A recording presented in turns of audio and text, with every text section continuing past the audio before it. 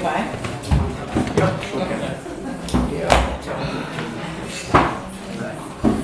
Turn, please. Okay. I'll be up here.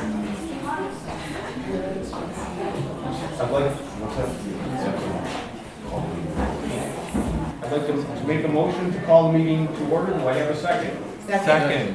All in favor? Aye. And I'd like to invite all of us to join in the Pledge of Allegiance.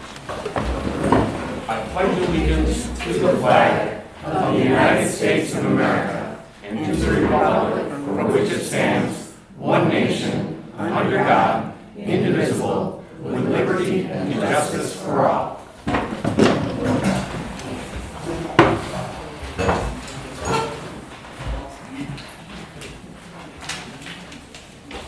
Okay, the first, does anyone have any items on our agenda this morning that they wish to either disclose or recuse themselves from on the board? I have nothing to do I with do it. not. No. Dan? Nope. Okay. Our first item is to continue a discussion that we started on Tuesday regarding a proclamation addressing the recent reports of racist incidents in Pittsburgh. Bob, can I correct you? It's not reports of, they are racist incidents. They're factual. Okay, Yep. thank you for the clarification. Who would like to begin with this? I'll begin. Thank you. So thanks everybody for being here. I really appreciate everybody in the audience. So I'm going to read the proclamation that I wrote about a week ago now and circulated to the other trustees before the meeting, and then got a couple rounds of feedback, got some feedback from the audience and from the fellow trustees on Tuesday. And the general approach was, let's wait, let's just give this a little bit of time and make sure we get the wording right and give it some time to think about. And so we agreed to sort of adjourn it till just now. In between, sent out another draft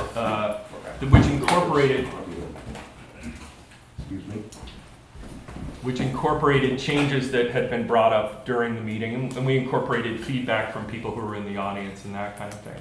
Since then, I think that was on Wednesday morning, I sent out a draft of it. Since then, I haven't had any feedback on what it is. So I'm going to read it to you in just a moment. This is in response to racist incidents that have been happening in Pittsford, in the town, in the village, in the schools, and elsewhere. I want to be careful, and I'm going to tell you what's not in this proclamation. What's not in this proclamation is anything about all sorts of other good causes. Religious bias, anti-LGBTQ bias. There's anti-immigrant bias. There's all kinds of things that fall under the flag of being diverse and inclusive. However, because these were explicitly racist incidents, I feel it's important to stick to talking about racism as a problem.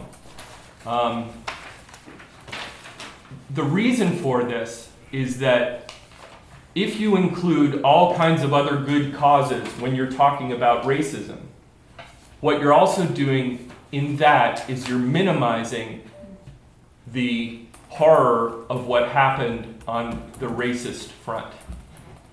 And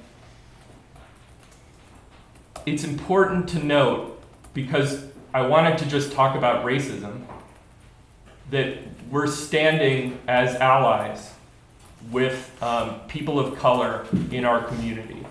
This is black people, people from Southeast Asia, people from all over the world, people who are non-white. And the language includes all kinds of diversity. So I feel it's important to only talk about the racist incidents because I thought of this analogy. Let's say, God forbid, there were anti-Semitic actions that took place in our town or our village. We would never issue a proclamation that condemned those anti-Semitic actions and also said, and make sure to be kind to our aging people in our society, and make sure that you have good immigration policy. We would say we condemn these anti-Semitic actions, full stop. And so that's why I think it's important to just talk about race, because these are racist incidents and they needed to be addressed as such. One more caveat before I begin. In no way is this white saviorism. We're not here trying to give ourselves a pat on the back for standing up. We're simply trying to be allies to the people of color in our community and say that we won't stand for it here in Pittsford Village. So here is the proclamation. Haven't had any feedback from the trustees on it since Tuesday night. On this day, the first day of June 2019, the Village of Pittsford Board of Trustees states plainly that Pittsford Village is a diverse place that strives to be welcoming to all. Racism in any form is unacceptable in Pittsford Village. It is not who we are. Whereas Pittsford Village has a rich history of advocacy for racial justice. In the mid-1800s, some of our residents took bold risks as part of the Underground Railroad to provide safe harbor for black men and women escaping the bonds of slavery. A prominent Underground Railroad safe house was located on Monroe Avenue, connecting to Lincoln Avenue, providing haven and passage for those risking their lives to be free. Safe houses were located on South Main Street and North Main Street and throughout a coordinated network of other homes in the village. Whereas today, the leadership of Pittsford Village takes a firm stand against racist actions, be they overt or unintended. Accordingly, we commit to execute our policy to train all employees and board members to understand more deeply and support more openly all races. Should there be racist actions that take place in our village, we resolve to stand firmly against them. Now, therefore, be it resolved that racism in any form against any race has no place in Pittsford Village, not in its government, its laws, or its public life. Diversity is at the core of our vision for the village. We are, and we strive to be, an equitable, historic place for all. So I'd like to make a motion to adopt the following resolution. Do I have a second? Can we discuss? Yeah, I'd like to have some Can discussion. we discuss it after? Yeah, Okay. so you- All right, I'll yeah. second it. Okay. Okay. Now we open for discussion. I would like to say something. First of all, I would like to thank Dan for bringing this issue to our table. I think we are all horrified by what has happened in our community. It should never happen. And as a member of the LGBT community who has an Asian husband, this issue has personal, strong resonance with me. And after our discussion on Tuesday, I thought, every day about this. And I have several concerns, and I've expanded on what Dan wrote. My feeling is we should not balkanize people, that a broader brush is really what we need to do. If we separate racism from LGBT issues or handicapped issues, we're feeding into the same thing. So I actually took the core of what Dan has done, which is wonderful. And I'm not critical of you at all, Dan, because you're the one that brought this here, and you should get full credit for that. So I want to express thank you for doing that. That's a week after. You're welcome. Could I finish Sure. my statement, please? That's all right. I thought we were done. But I've gone back and forth, and Dan argued at our last meeting that we should only address racial bias, because clearly the recent incidents were directed at African Americans, and that is horrendous. It's disgusting. Those of us that were at the study circles conducted by the school district heard heartbreaking stories of things that have happened in our schools. But I've experienced bigotry. My grandparents were discriminated on here in Pittsburgh simply because they were Catholic. I think this is all the same theme, And so I'd like to at least read how I had expanded on what Dan had started.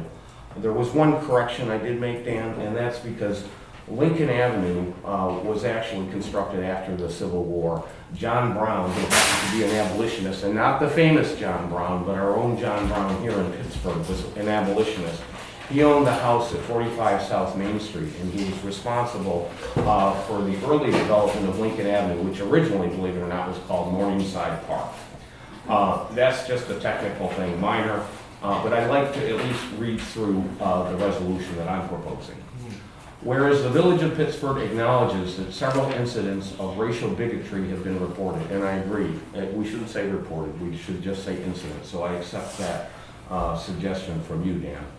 Whereas Pittsburgh Village is a diverse community that strives to be welcoming to all people, whereas the Village of Pittsburgh Board of Trustees believes that racism or any discrimination on the basis of race, ethnicity, national origin, religion, age, gender identity, marital status, or sexual orientation is unacceptable.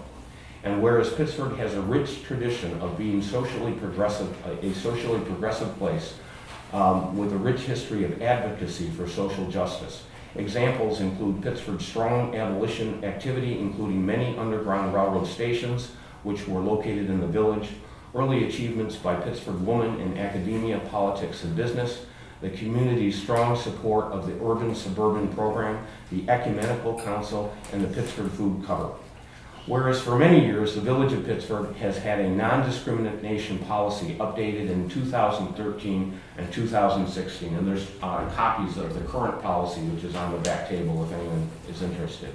The village policy currently states, "Our village prohibits unlawful harassment against anyone for any reason, including but not limited to race, color, sex, age, disability, religion, citizenship, national origin, ancestry, military status or veteran status, marital status, familiar status, gender identity and expression, sexual orientation, status as a victim of domestic violence, stalking or sex offenses, predisposing genetic characteristics, genetic information, and any other status protected by law." Whereas the village board recognizes that living in a community comprising residents from diverse national, ethnic, and religious backgrounds enriches our community, culture, our lives, and for each of us broadens our understanding and appreciation of the world and our place in it. Whereas in Pittsburgh, we value our friends and neighbors for their character, regardless of their cultural background, regardless of who they love, and regardless of any disability they may live with. Now, therefore, be it resolved that the Village Board of Trustees reaffirms our tradition and commitment to welcome all and to treat each person equally with dignity and respect. Be it further resolved that as representatives of our community, we will not tolerate prejudice or harassing behaviors and want all people to feel safe, valued, and welcome in our community and in the greater Pittsburgh community we are part of. I have a question. When was this distributed to the trustees? I had Dorothea type it up this morning because, as I told you earlier, this is not the only village responsibility that I have been tending to. Okay, so it wasn't distributed to any of the trustees? Simply as we bent the rules to consider your proclamation on Tuesday, and we have been discussing this issue since then, I think you can lend the same courtesy to me. Hold on though, I distributed the proclamation I wrote 24 hours ahead of time to the trustees and solicited whatever feedback they would like to give. Did you do the same?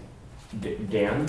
It's a yes/no question. We do not have to approve this today. I think this is a group effort to get the best resolution. This is not a contest to see who can write the best resolution. I think we are a group and we're trying to work here together to do something that pays service to our community. Yes, you know.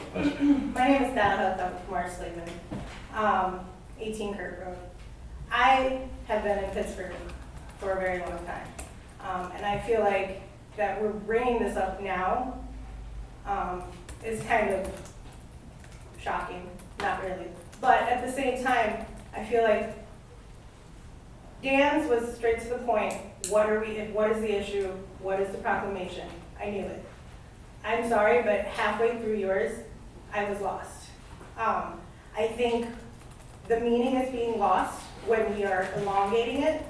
As a person of color, not black, but of Asian descent, I feel like racism is an issue in and of itself.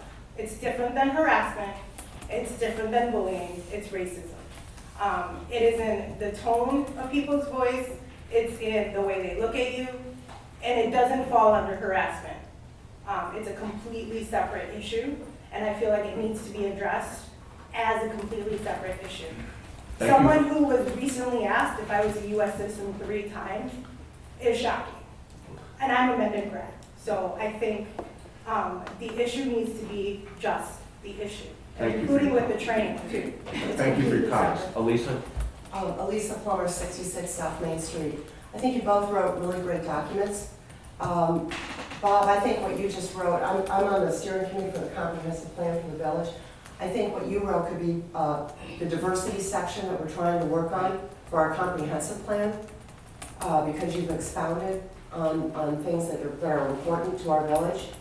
And I'm very much in agreement with my neighbor. I think, Dan, this is about the moment. This is a moment in time when this happened now. Let's identify it, let's call it out, and let's say we will not tolerate it, and be very definitive. This is the moment in time, and I see them as two different documents in that manner. Thank you. Thanks, Elisa. Yes. Bob, I like yours. It's based on the laws that the village has to abide by, whereas I think the current one that's there is more on the social construct and something that racism in itself is not illegal. It's just not. Racial discrimination and those things, as far as the village is concerned, is definitely illegal. And I think yours falls in line more with law versus a social ideology. Could you state your name and address for the record, I can. please? Could you state your name and address? for the Mark record? Dyckman, 19 Griffin Hill. Does anyone else wish to speak? Racism is not illegal. I have trouble with that. Hate speech is Yes, illegal. in the back? I appreciate what the village is trying to do. My name is Beth Smythe, I'm at 20 Barrington Hills. However, I think that this is very political. I hate to see this in the village. I would say more, Mr. Corby, I'm more in line with what you're saying, again, with what this gentleman just said, that it is more in the legalese versus a social, political agenda item right now. Racism exists. We do need to do something about curbing racism and being more inclusive. But I fail to see how what is being written right now is going to help that. And just another diversity seminar or training, I don't feel is adequate. It starts with every single person being more accepting versus being told what to do.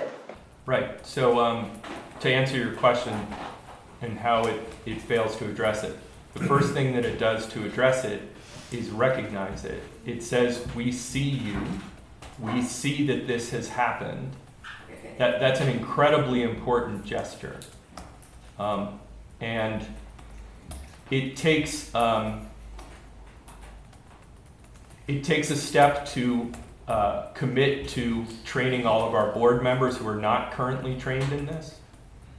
It takes a step to ensuring that our staff members, our paid members of the village workforce are also trained as well. That's already in place, but it is committing to making sure that that happens. The bigger step that happens in the way that I proposed it, and the way that got feedback from all kinds of people on it, is that it also makes sure that our board members are trained, and that's a very specific action.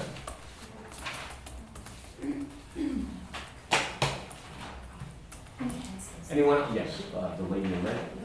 Do we have your name and address? Thank you. Okay, my name is Catherine Doyle, that's Catherine with a C for minutes, please. And I live at 6 Round Trail Drive. And I'd like to speak in support of Trustee Keating's resolution. Even though I'm white, my daughter isn't.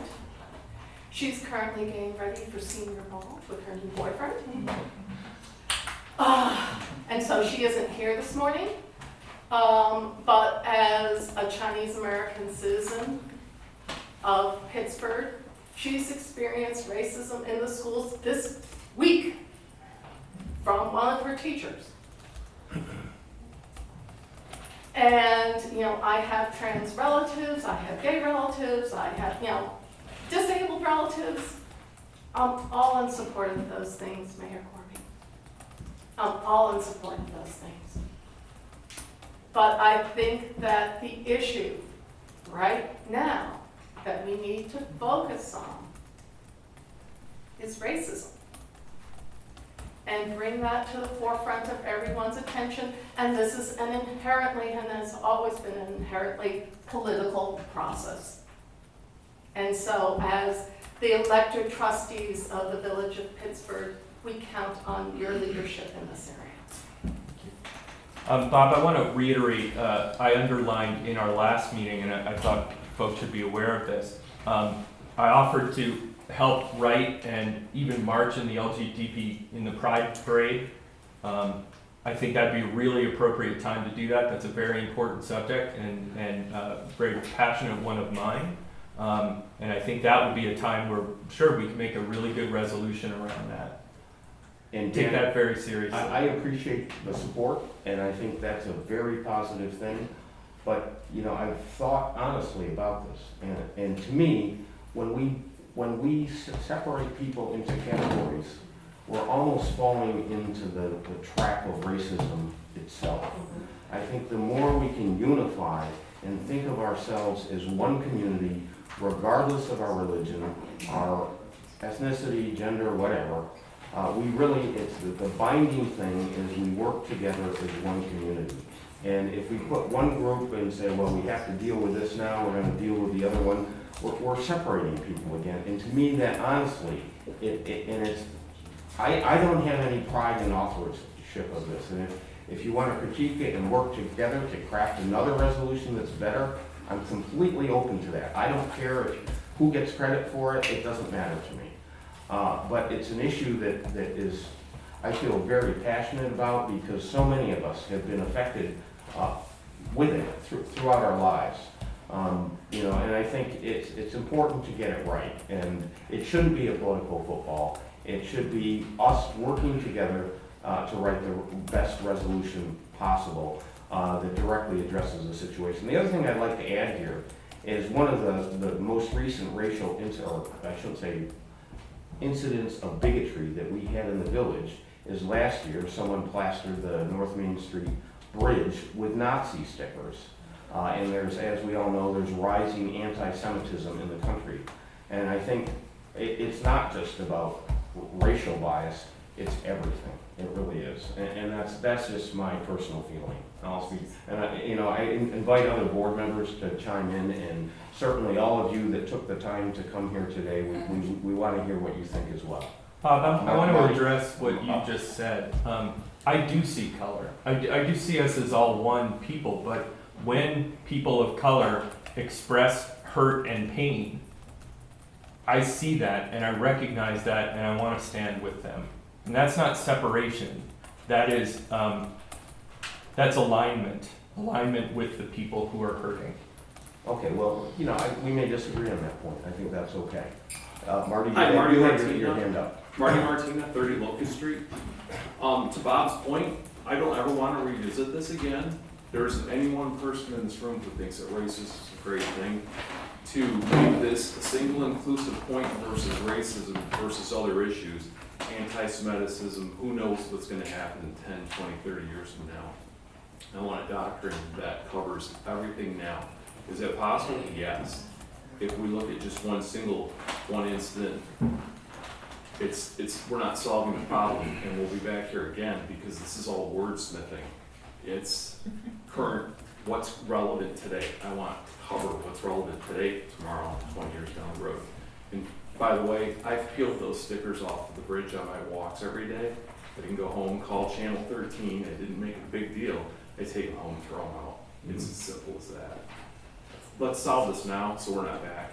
There's other businesses way as important as this. And let's move on. I'm not sure there are things more important than this. This to me is the great American dilemma. This is the thing that you watch your Ken Burns. This is the thing that we grapple with, and it's up to us to make it better. I want to also ask a question. is anything that's written here today gonna virtually solve one kid from one class calling another kid another name in Can't- another class? I have no idea how to Can't. measure It's that. impossible. So while this is a doctrine that the town follows, there's nothing that's written today that will keep this incident from happening again. It's impossible. Let's hear some other opinions. Yeah, okay, let me, Justin, I think you had the next hand up. Justin, Yeah, please. Justin Bluestra, 19 Belton Avenue. First of all, I just did a search on the website, the village's website, for harassment and racism, and it came up with nothing other than a few meeting minutes. So this is supposedly village policy, so my first question is, where is this published? Where are your policies in general published? I've observed village board adopting various policies at various points in time. I've never seen them disseminated to other boards. I've never seen them published in anywhere. They may be, I just haven't seen them. So if you're going to be considering policies, I would suggest you consider how that gets disseminated. We'll talk about the clerk, but it should be on the village website. You just bring up a- Yeah, and also these resolutions you both discussed aren't on the village website, and they're not published. Well, they're- on the, I mean, you did read them, which is good. They're drafts, normally we wouldn't put a draft on the village website. Aren't you, if you're discussing it in a meeting, aren't you required to? Well, we felt on Tuesday that because the issue was so timely, Dan didn't submit it within the 1 week normal deadline, but we felt it's an important issue and that we should advance it. So we took up the discussion at our regular meeting on Tuesday. But I did submit it 24 hours ahead of time, Bob. But that's not within the time deadline to get it on the agenda, But or you to did give the see- clerk enough time to get it on the But website. she had time to get it on for this meeting. Let's hear another Yeah, opinion. let's continue. There's a lot of hands up. The gentleman in the back has. Hi, I'm Dan Dykens. I'm a town resident. I'm not a village resident, but I saw the video the other night and I felt compelled to come here because quite frankly, I was embarrassed by what I saw. And I think that actions speak louder than words. And I think we're all arguing about words. And this is what an outsider saw that wasn't at this event. A room full of do-gooder white people telling the one person of color who had the bravery to show up and voice her opinion that it didn't matter. She was completely marginalized. And I couldn't see her on the video, but I got this distinct impression that she left early because she felt like she wasn't being listened to. And I think it's embarrassing. One woman had the gall to say she only speaks for herself and not all people of color, a white woman, and then said, I've spoken to people of color, we've all spoken to people of color. The insinuation being that we, the white people of this town, the privileged white people, know more about racism than the people who are facing it. And I think you missed an opportunity to apologize to that woman, and I think you should find out who she is and make a direct apology to her because it was embarrassing. And if that video ever goes viral, the view of this town is going to go down even more than it is. And, Mr. Keating, you said that there were not reports of racism, that it actually happened. And you're right. Then you went on to say, God forbid an anti-Semitic action happened.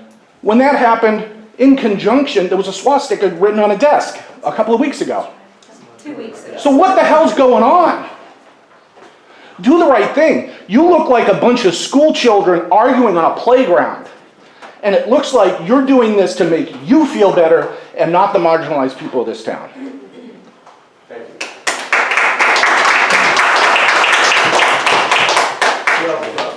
Yes, I see a hand, John. To answer you, I'm a tall white man, so it's easier for me to be recognized. You overfloor this lady in the corner who is not being recognized. Sorry. Amy. I'm Amy Bleedstra, 19 Bowden. I just want to say that I agree that this proclamation is a specific response to a specific, something that's going on right now, and I don't think it should be, and I think it's right that this directly addresses it. And, there may be in the future reasons for other proclamations or for other statements or making a strong statement. This isn't the end. This might not, it's not to say that we'll never get back together and you won't assemble for the same reason.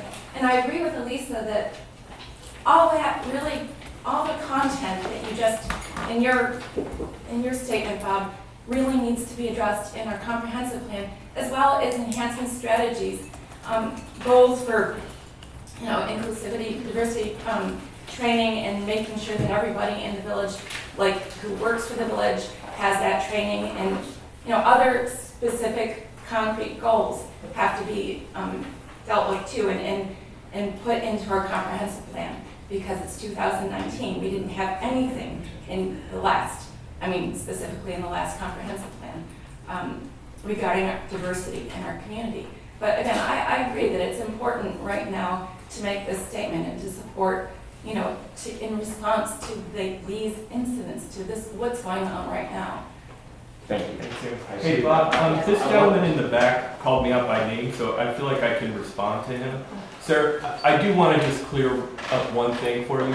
I agree with a lot of what you said, and I think an apology is warranted for the woman. I think I know her name, and I'll reach out to her. Yeah, it's Nita Singh is what she said her name Okay. was. I looked it up to Okay. see if my wife knew her, because I wanted to reach out and apologize on behalf of the board's behavior. I appreciate that. And Mayor Corby, you actually said that her issues and voice mattered, and I commend you for that. Okay, so the other thing I want to address is you saying that this is to make people feel good. I can assure you nothing about this feels good to me right now. This is horrific to be a part of this, to have to do this, nothing about this feels good. Okay, there's some more hands over here. The lady in the back is. Yeah. So my name is Jessica Coleman, and I live at 22 Mill Valley Road, and this is my husband Gerald, and we moved to the village of Pittsburgh.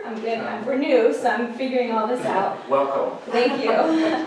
We moved to the village of Pittsburgh in August, and at first I want to say thank you, Dan, for bringing this up. This is extremely important, and I thank you for the courage that you've displayed on fighting on behalf of the people of color in your community. I'm getting the gist that you're Mayor Corby? Yes. Okay. Mayor Corby, I want to say thank you for also taking the time to address this. And I want to say that I don't know anybody. I know a couple people in the room from Facebook, so I don't really know anybody.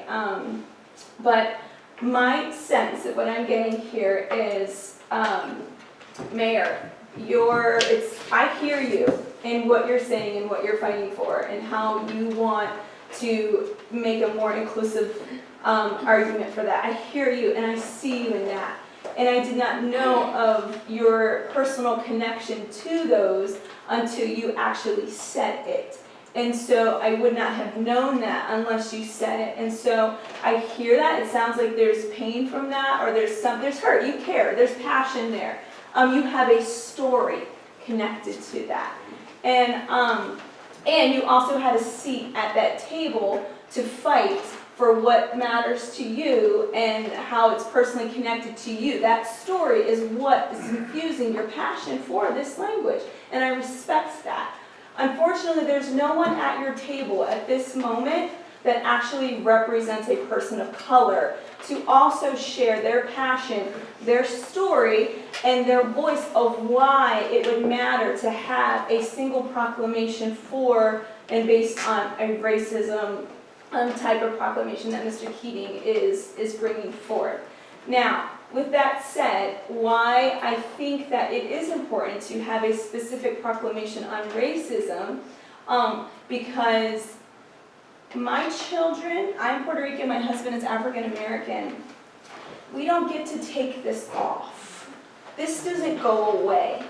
There's not a place for me to go and go get sprayed white. This doesn't go away. And my children can't hide that. And to the gentleman in the front that said, I don't want to have to keep revisiting it, that is the story of our lives every single day, whether we leave this room or not.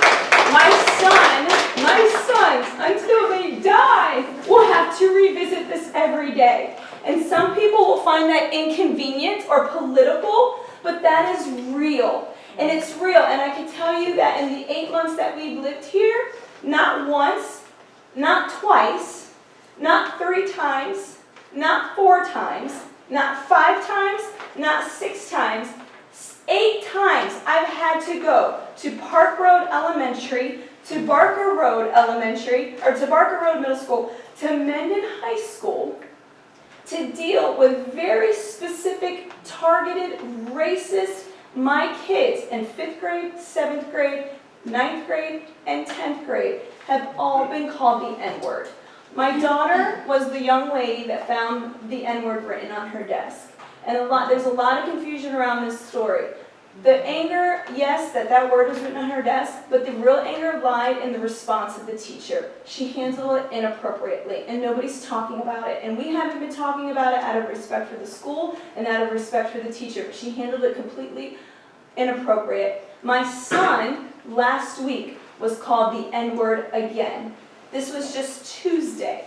As of today, my 3 older kids are no longer in Pittsford schools. The schools right now are trying to find tutors for my kids. So, what I'm saying is, it's important, and it's funny because people are saying political. The only thing I honestly see political is the banter that's happening between the two of you. So I don't know what personally what's going on there, but it sounds like you guys might need a reconciliation circle for yourselves, which is not a bad thing. Like, I don't know your story, but this is why this is important. Because if you just make it that we're all in this boat together, we're not. We are in one sense that we all live here, but we all have different stories. And those stories matter. And so when it's an issue of racism, we need to hear the stories of racism. If it's a story of bigotry because of LGBTQ, we need to hear those stories. Because as my son says, Mom, I know that they are trying to be nice to me when they say I don't see your color, but it hurts because I feel like they're trying to make me like them. They're trying to make us all look the same, and I will never look the same, and I love the way I look. You love who you are. Jews love who they are. African Americans, Puerto Ricans, we love who we are. This matter is important because, number one, it doesn't go away. It isn't political. We don't get to take this off. And to stand on something like this at this time gives us a platform to address these other issues that I think specifically should be issued and addressed, because the reason why somebody becomes the way they are, there's a story to that. There's a story, there's a history of Pittsburgh. And when you just make it all about this, we lose the stories. And you know what? As a country, as a nation, as a town, it's the stories that make us special. It's the stories that make us different. It's the stories that engage people. It's the stories that create empathy. When you create empathy, you create common language. Common language creates common meaning, and then you can move forward. But if you make it all the same in one, you lose the story, and you lose an opportunity. And so I fully support a proclamation on racism. Thank you.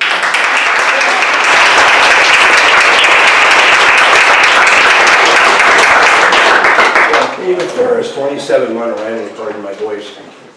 Thank you very much for those comments.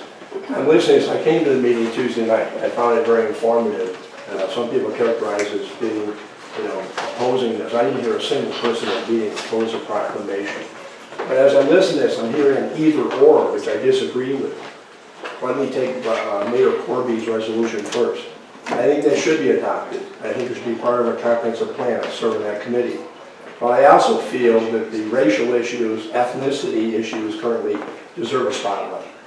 So I think we should consider 2 resolutions to go alongside. I agree. Okay, that we adopt this broader one. This is where we stand. We need to reaffirm it.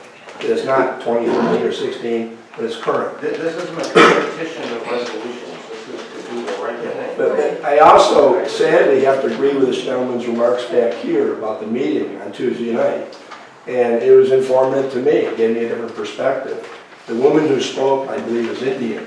And her point was that racism, race, she's not defined by race, she's defined by ethnicity and of color. But it doesn't mean you're of a certain race that was being covered. So I think when the dance resolution should be broader in the sense of race and ethnicity. I think that should be incorporated because that includes everybody of color. And I spoke with her. personally. And then there were 2 high school students here of color for a civics class, which I was very pleased. They saw an interesting meeting. Their comment was, is this the only number of people that turn out? Because it was a third or a quarter of this crowd. Very good. So I think the answer resolution needs to be broad with ethnicity and race, but focus on what's happening in those areas. It says, well, Puerto Rican, that's not a race, but it's color. And that needs to be included. The part of education that we take out, I think that's policy for this board to go forward on and address. I think it should be a proclamation focusing on the issue of the community, and the other resolution should be adopted. Thank you. Thank you. Dave, to address your point, the reason it's in there is without it, there's nothing concrete. Dave? Dave, you there? Dave? So the reason that the training is in there is without it, there's nothing concrete in there. It lacks any kind of action without it. And so that was sort of the minimum step that I felt that we could take was just, that's just getting to the starting line of something concrete that we can do. So that's why it's there. Well, your earlier comment said our policy does include some training. No, it doesn't for the boards. Okay, but I think the board can commit to following up and decide how to do that. That's why it's in there is to make us commit I to think a that. proclamation is a statement, not determined policy. I think there's a difference. Thanks for your opinion. Yeah. Yes. My name is Kathy Kashkar. I'm a town resident.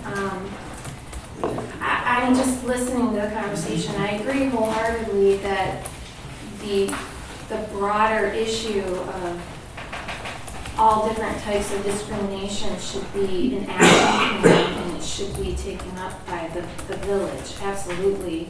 But it should be easy to issue a statement, which is really what a proclamation is. It should be easy to issue a statement that says, we do not agree with racism or discrimination against people of color, and it doesn't belong here. Full stop. It should be easy. And there's further actions that the village can take in any number of forms. I like the comprehensive plan idea, further proclamations, whatever you need to do. This should be easy. It should be one paragraph. We do not condone this behavior. Full stop. And this looks like your employment manual policy. That's not going to be published. This isn't leadership to the community. This is telling your employees how to behave when they're at work.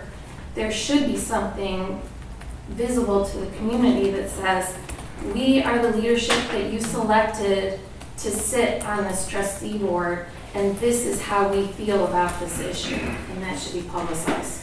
Thank you. Thank you. Elisa, go ahead. Just one quick thought. You know, I think this was really great. Everybody's really stepping up, and it's a good discussion. We need more of this. I think this is it. And I think really it comes down to vigilance.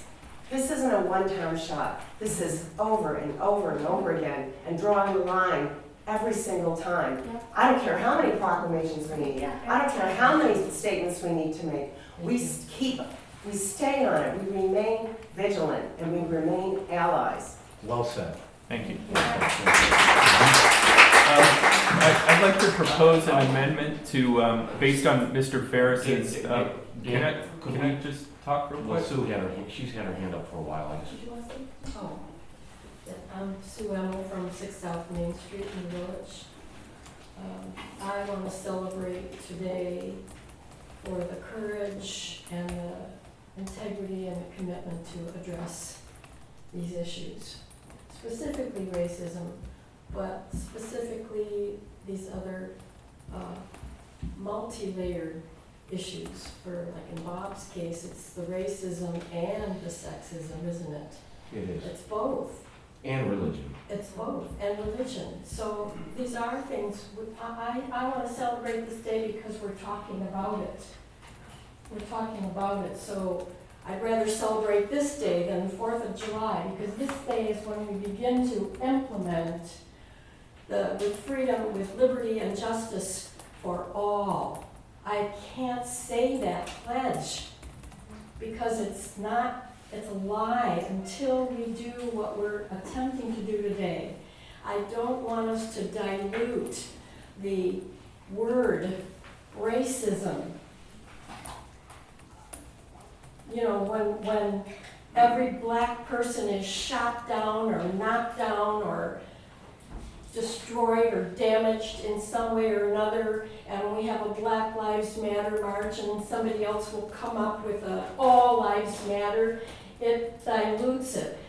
If people don't get that, then we need to also make this day a beginning of training and education of not just the board, but the entire community, until everyone in the community is educated enough to know the difference and be able to stand behind, sure, all lives matter, and sure, all these issues matter. Well, they do. But this issue, racism, is a disease. It's a disease of the soul. It's a disease of the mind. If you look on the United Nations website, it was proclaimed a disease that must be eradicated in the world, but especially in America, because it prevents America from moving forward to step into the shoes that it has been attempting, not even really attempting to wear. This is a racist country. If you study the word racist, it's a system that has been built and established to favor a certain group of people. White people came here, knocked the original inhabitants of this people aside. 100 million of them were slaughtered so that we can say a pledge to allegiance. I can't say that because those are my ancestors. I'm standing on indigenous ground, and we don't do the honor of saying thank you to my ancestors who are dead because this meeting is happening. So, in one sense, I celebrate this meeting, and in another sense, I want us to know what racism is. This country was founded on white values, which devalues other people, particularly indigenous people first, then black people, then Asian people, then ethnic people. It's this pecking order. Even within the white race, we know that there's been a pecking order of persecution and prejudice and biases and discrimination. Every time another white person came over here who wasn't British, they had to step into that pecking order, and it's the kick the can. So I just want to say, let's not dilute this proclamation with other equally important issues. So I'd like to actually see, just like Lisa said, more of this, more proclamations. I'd also like to see, and I want to make this an official request to the board, to appoint a commission for human rights here in the village. Be historic. I come from Skokie, Illinois, where they had Nazi march against Jews. I also have Jewish background, so I also have ancestors who are dead because of a Holocaust in Europe. So my blood is boiling right now with the urgency to say it. We are a racist country. And to defuse the word, take the shame and the blame away from it and own it. Make this proclamation, please. Appoint a commission for human rights that serves the board, that will be available, that will have done the training for anyone, for any issue, to resolve what they are so that we can live peacefully, so we can say that pledge of allegiance to liberty and justice for all. Thank you. And Dan, I want to give the floor to Dan, because Dan wanted to make a So I'd like to amend the, based on Mr. Ferris's input, I'd like to amend the proclamation in the last paragraph to read, now therefore be it resolved that racism in any form against any race or ethnicity, etc. So really just add the word and or ethnicity. Okay, does anyone else wish to speak before we open it up to the board? Justin, we just want to see if anyone else. No one else? I see a hand. Kevin, go ahead. Hi, yeah, I'm Kevin Beckford. I live at 32 Framingham Lane. I'm also on the Pittsburgh Town Board. First of all, I thank everyone for being here today because the conversation about race is important and it's something that we've not done enough of. You know, one of the things that, you know, Jessica Coleman, I want to thank you for everything you just shared. There's nothing I could add to what you shared. I mean, I think that, and I want to remind us that, you know, they're a brand new family that just moved here. I worked with Jessica's husband on another board through Roberts Wesleyan College, Pastor Coleman, and when I found out that they had moved here and what they were experiencing, I was embarrassed. As a Pittsburgh Town resident, town board member, that most of us moved here with kids to get access to a school system that the brand is high graduation rates, high ACT scores, high SAT scores, and all the things that go along with that, access to good colleges. Nowhere in the brochure did it say that if you're a person of color, you should prepare your children to be called nigger. Or if you're Jewish, you should be prepared to see the swastika. And it didn't say that if you're different, that you will be treated poorly. Most of my friends that are families of color that live in Pittsburgh, including us, or kids have difficulty going to school. That's real. So the $12,000 in taxes I pay every year, I gotta be honest with you, the 75% of it that's related to school. You know, we've been very pleased with the support we've gotten from the principal and the support staff at Calkins. But my daughter's not been in classroom more so than she's been in the counseling center related to how she feels. And to hear Ms. Coleman just moved here for the promise of our school. Not one, not two, not three, not seven, but 8 times. And I think what I think is missing from this larger conversation about racism, number one, it's not happening enough. And number two, we need to wrap some sense of love, empathy, and grace around it. The fact that we're trying to split hairs between who's offended more, who's hurt more, is ridiculous. Agreed. Right? So I'm not denying anyone's story, but right now in Pittsburgh, for the first time, we're starting to have a conversation about race. And I think that it's not going to be pretty, not going to be perfect, but I think we need to have a spirit of forgiveness in how we approach this. So I don't get to turn it off. Mrs. Coleman and her kids don't get to turn it off. Vicki and Avery and Brooke don't get to turn it off. So I'll tell you something, this is so powerful. So one of my neighbors, I saw, and I work late hours between my U of R role and my responsibilities in town. So I don't get to see my neighbors since I moved.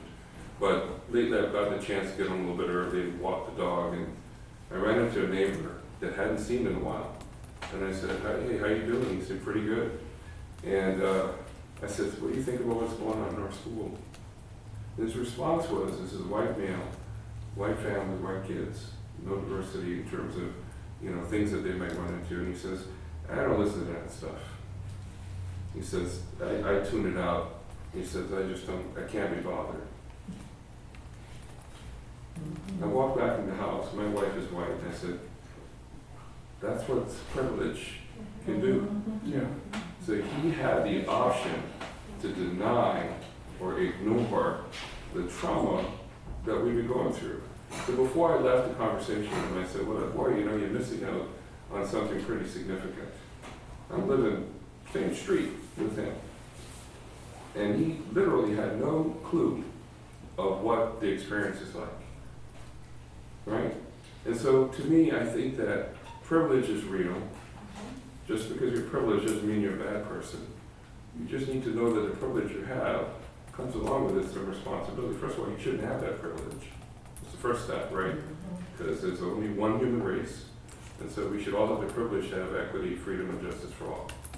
So the fact that if the way the social construct is in the United States right now, you have a unique set of privilege that you need to use responsibly and wisely.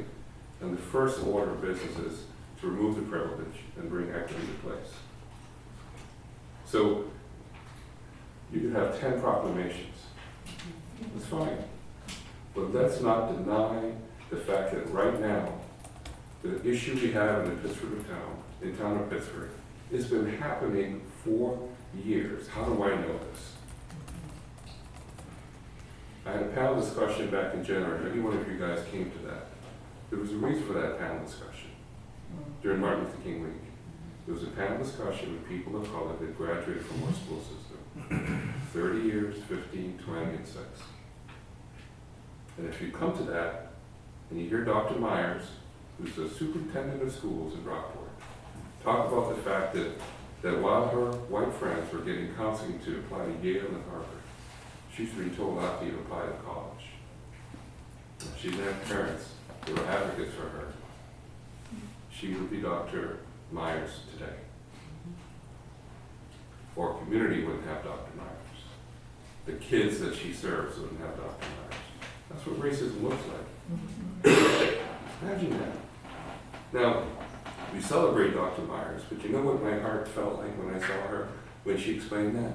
How many African American kids listened to that counselor, never told their parents, and actually believed them.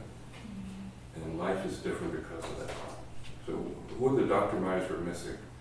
And then when the person at 20 years, at 15 and 6, had similar stories, I mean, that's basically structural institutional racism being painted right in front of you.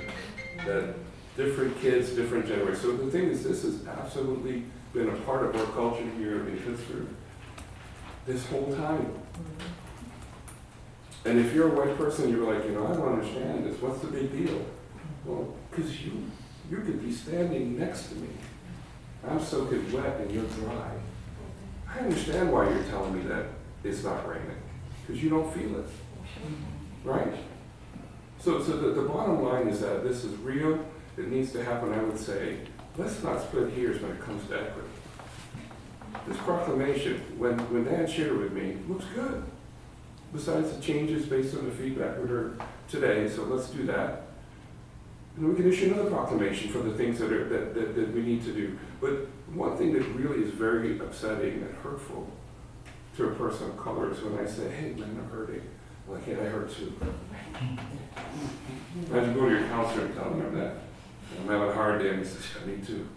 Let me tell you about my day. So it doesn't mean that that person doesn't have a hard time.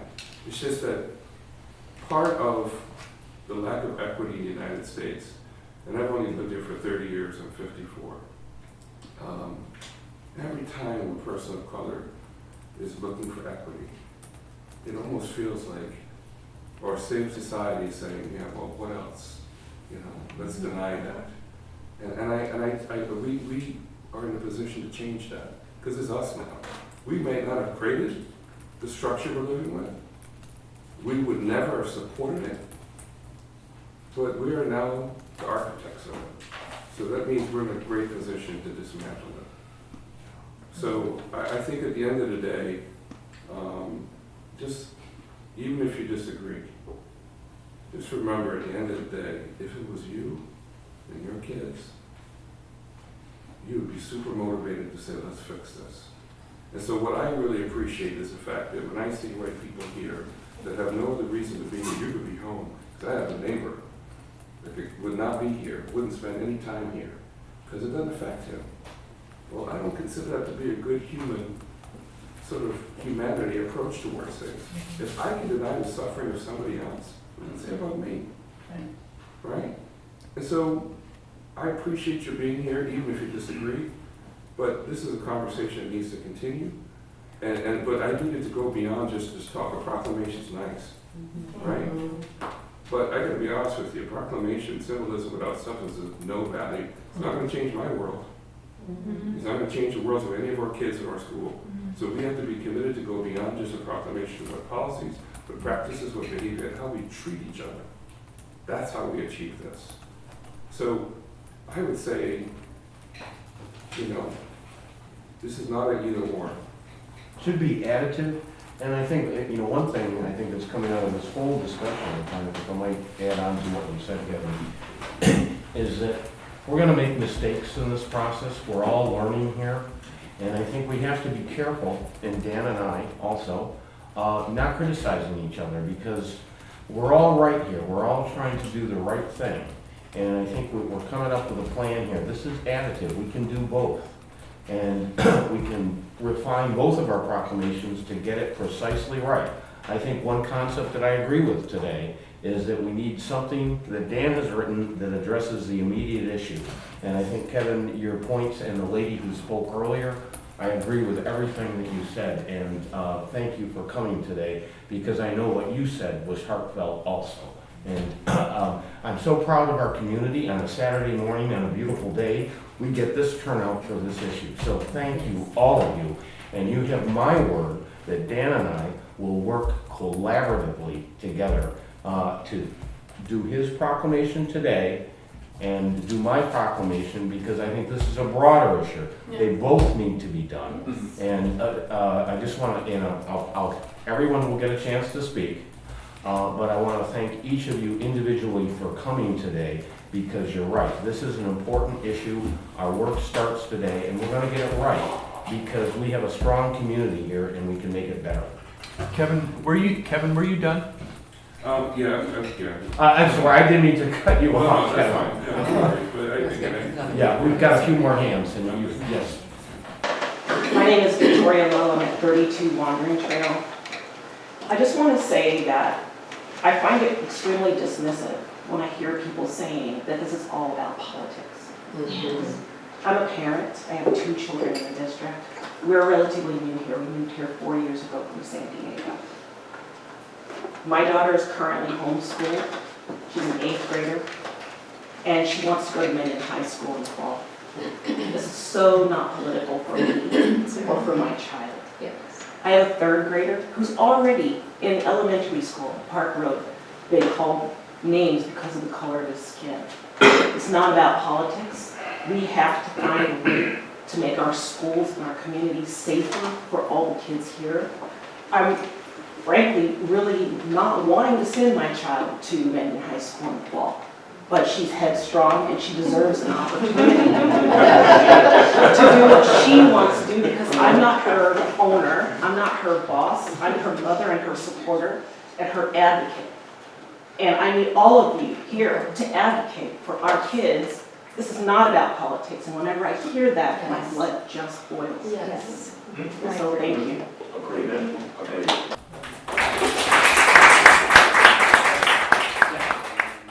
Hi, Carmen Ando, 19 East Jefferson Road. My husband is Nana Ando. We moved to the village 4 years ago. We have 3 black children in Jefferson Road, one that went through Calkins and now she's a freshman at Southern. And this is the first day that I've actually finally felt like I'm part of the Pittsburgh community. Our kids have gone through, they have not been called in, and I'm really sorry that that happened. But they've gone through a lot, and I've never told anyone. We've not reported it to the principals, we've not worked with the teachers, we've suffered in silence. And so having something like this, a proclamation, and a follow-up of such proclamation with some kind of action to it and behavior and expectations, makes me and my family feel heard. And it makes me feel like maybe I'll come to more of these kinds of meetings and be engaged and get involved and work to make us a community that I haven't felt like I've been a part of until today. So I just want to thank everyone for sharing their stories. Stories matter, and I just wanted to share this. Thank you.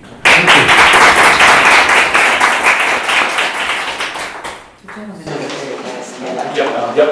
Joe Coleman, 22 Mill Valley Road. I I also think the proclamation is important.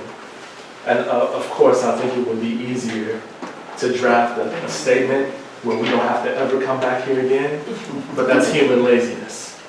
I think we have a moment here. All we have in life are moments. And if we don't leverage those moments to allow our voice to be heard, what I hear in that proclamation is calling us as Pittsford residents to who we are, to uphold our identity. As a father, of course, as parents, we tell our kids who they are as Colemans and what that means. But there are things that happen in life where we have to speak into that in that moment and in that time. Because it's those moments that create those learning opportunities. And so I think that, yeah, while it would be easy to make a statement that covers everything so we don't ever get back here again, that's unrealistic, and that's not the purpose of a village. A village is we always come back and we discuss what's happening in the now so that we can leverage our voice to be heard to remind us of who we are. So I think we need to move forward with that proclamation.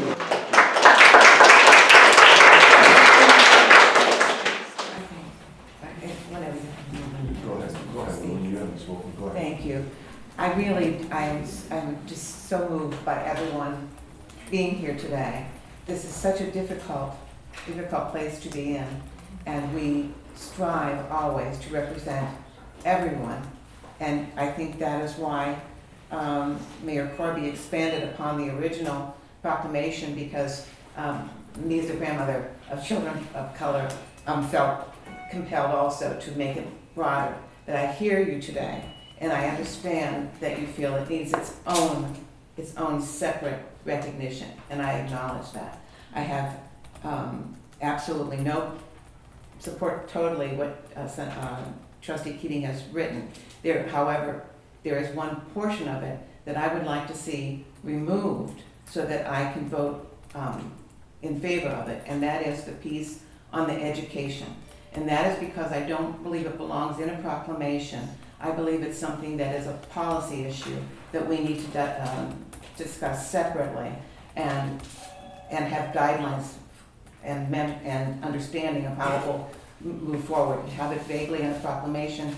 We don't understand if it's mandatory. We don't understand if it's all board members of all boards. If it's part of a becoming a trustee, that's mandatory for you to take. There's a lot to iron out first. So if that is one piece is removed from the proclamation, I have absolutely no problem with it, because I'd like to deal with it separately, because I think it's important enough to have its own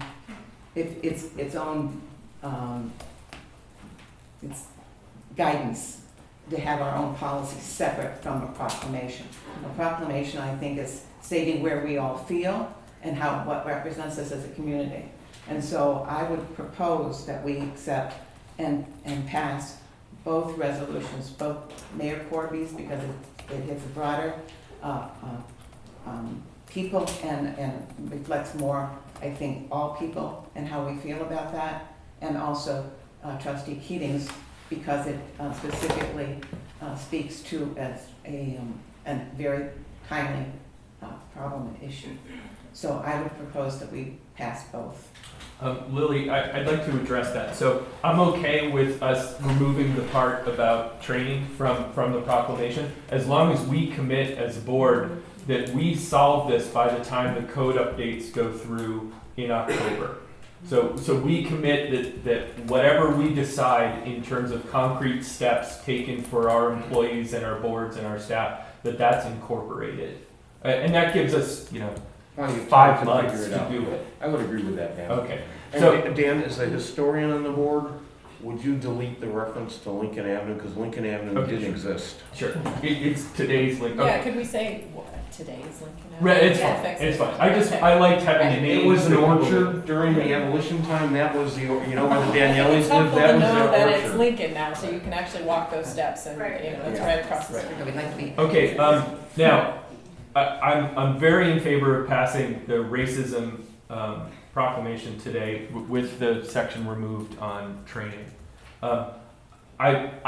We haven't worked at all on Bob's longer proclamation. This is the first we've seen. I haven't even read it, so I don't feel comfortable passing that today, because I think as you've all said, it warrants some time to work on it.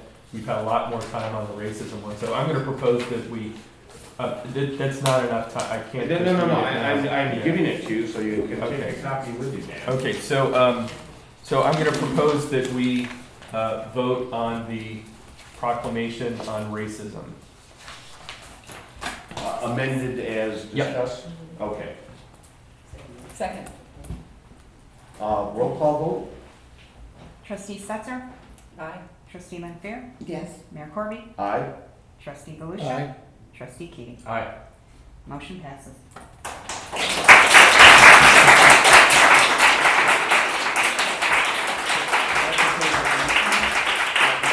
Let's talk about the other resolution. Yeah. Yeah. There's no deadline with this. I think I agree. Let's put it on the agenda for our next meeting. Sounds good. Well, I'd like to wait until you're here, and I know you're gonna be away. Well, I'm suggesting the second meeting in June. not the- 25th? Yeah. Oh, so you will be here. Okay. Yeah, if that's okay, we'll put it on the agenda. Can I propose we take 5? Yeah. Oh, sorry, Justin. Yeah, I want to make some comments as you people are started leaving.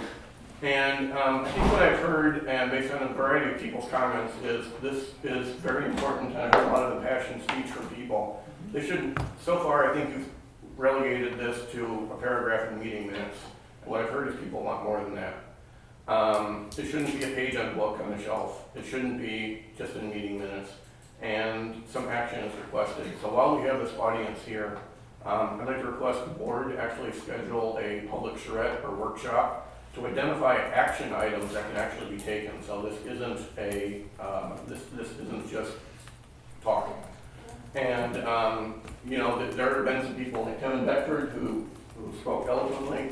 I know there's been other people that have been active in the community in this, and I think they should be encouraged to bring their ideas forward. I know they've been.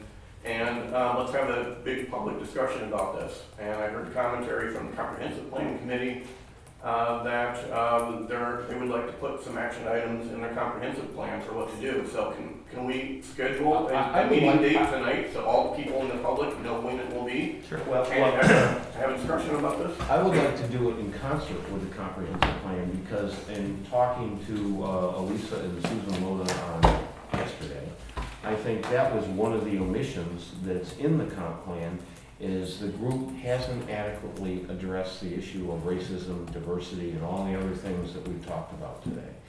And I think the mission of the comp plan committee is public outreach. They've reached out to the businesses, they reached out to other interest groups, but they have not yet checked this box. And I think we should delegate it to the comp plan committee.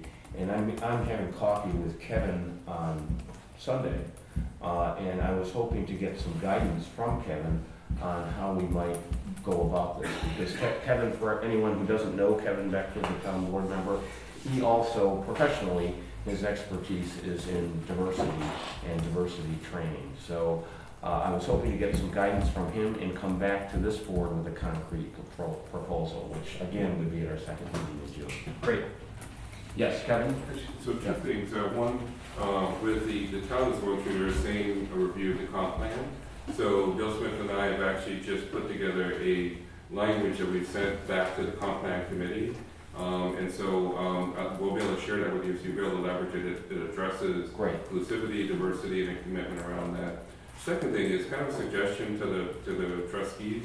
Something that we did last January when we issued our first proclamation celebrating life and legacy of Martin Luther King. Was our first one in Pittsford ever. And so I wanted it to be symbolic that it was a change in Pittsford, and I asked for that to be in perpetuity placed in a high traffic area in the library. So if you go into the new book section, if you look on that column, that's where that first proclamation is. My recommendation is the proclamation you just approved, to put that in high traffic areas of visible outward commitment to hold us accountable to what's in there. Good suggestion. I think that's a great idea. Posted here. Yeah. Yeah, we will post it here. We will post it. Thanks, Kevin. Thank And you. while we're doing proclamations, if we could have a proclamation for Martin Luther King Day in 2020. We did, in fact, Kevin and I talked a couple months ago that I suggested that next year, because Kevin orchestrated, for the first time, a really good series of talks on the issue of racism and everything that Martin Luther came and fought for. And I think the village ought to sponsor an event specifically on the topic as well, to show that we are one community. Yeah. Actually, we're hoping to do a joint event. We're going to probably have our first. So that's one of the things I want to mention and talk to you about tomorrow. Is that we're looking at, that would be essentially a Pittsburgh town and village event. It'll be a week of celebration, kind of like what we did this past year. But and the intent is it'll always be called Martin Luther King Living the Dream, and essentially it's to hold us accountable. So what we're thinking of next year is a panel discussion. Instead of graduates of color, it would be the town, village, and school saying what have we done in 2019 to further the dream of Martin Luther King. And reassess what we've done and where we're going. You got it. Great, excellent. Yes, the gentleman in the back. If, Dan Dykens again, I just want to say something. I came here because I saw a video, right? And I spoke probably a little passionately earlier. I think that I was heartbroken with the young lady who said they suffered in silence. I think that black and brown people, non-white people in this town, I'm guessing from this meeting, are suffering in silence largely. And I think it's sad. And I think we're not going to address this issue adequately unless the whole community knows this is an issue.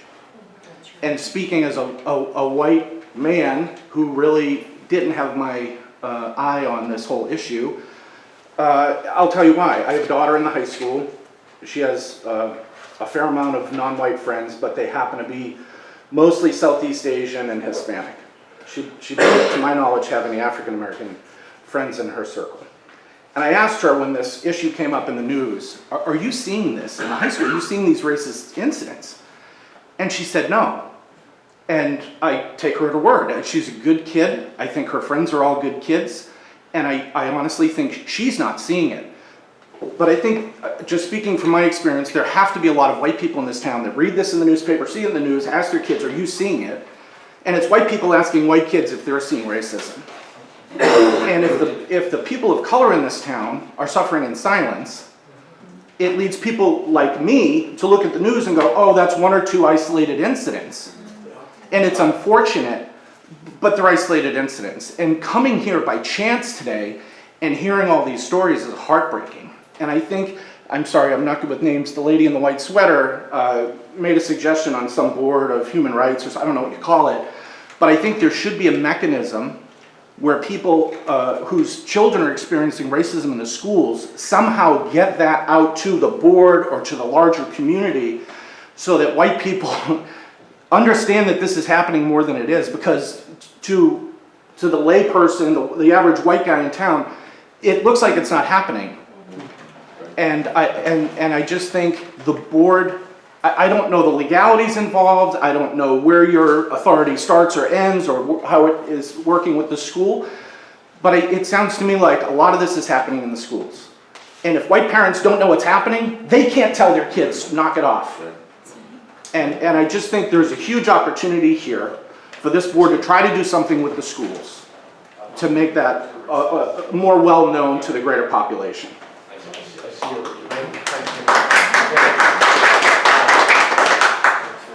Thank you for your passion. I'm Trace Manfredi, 5 Courtney Circle, and thank you for listening.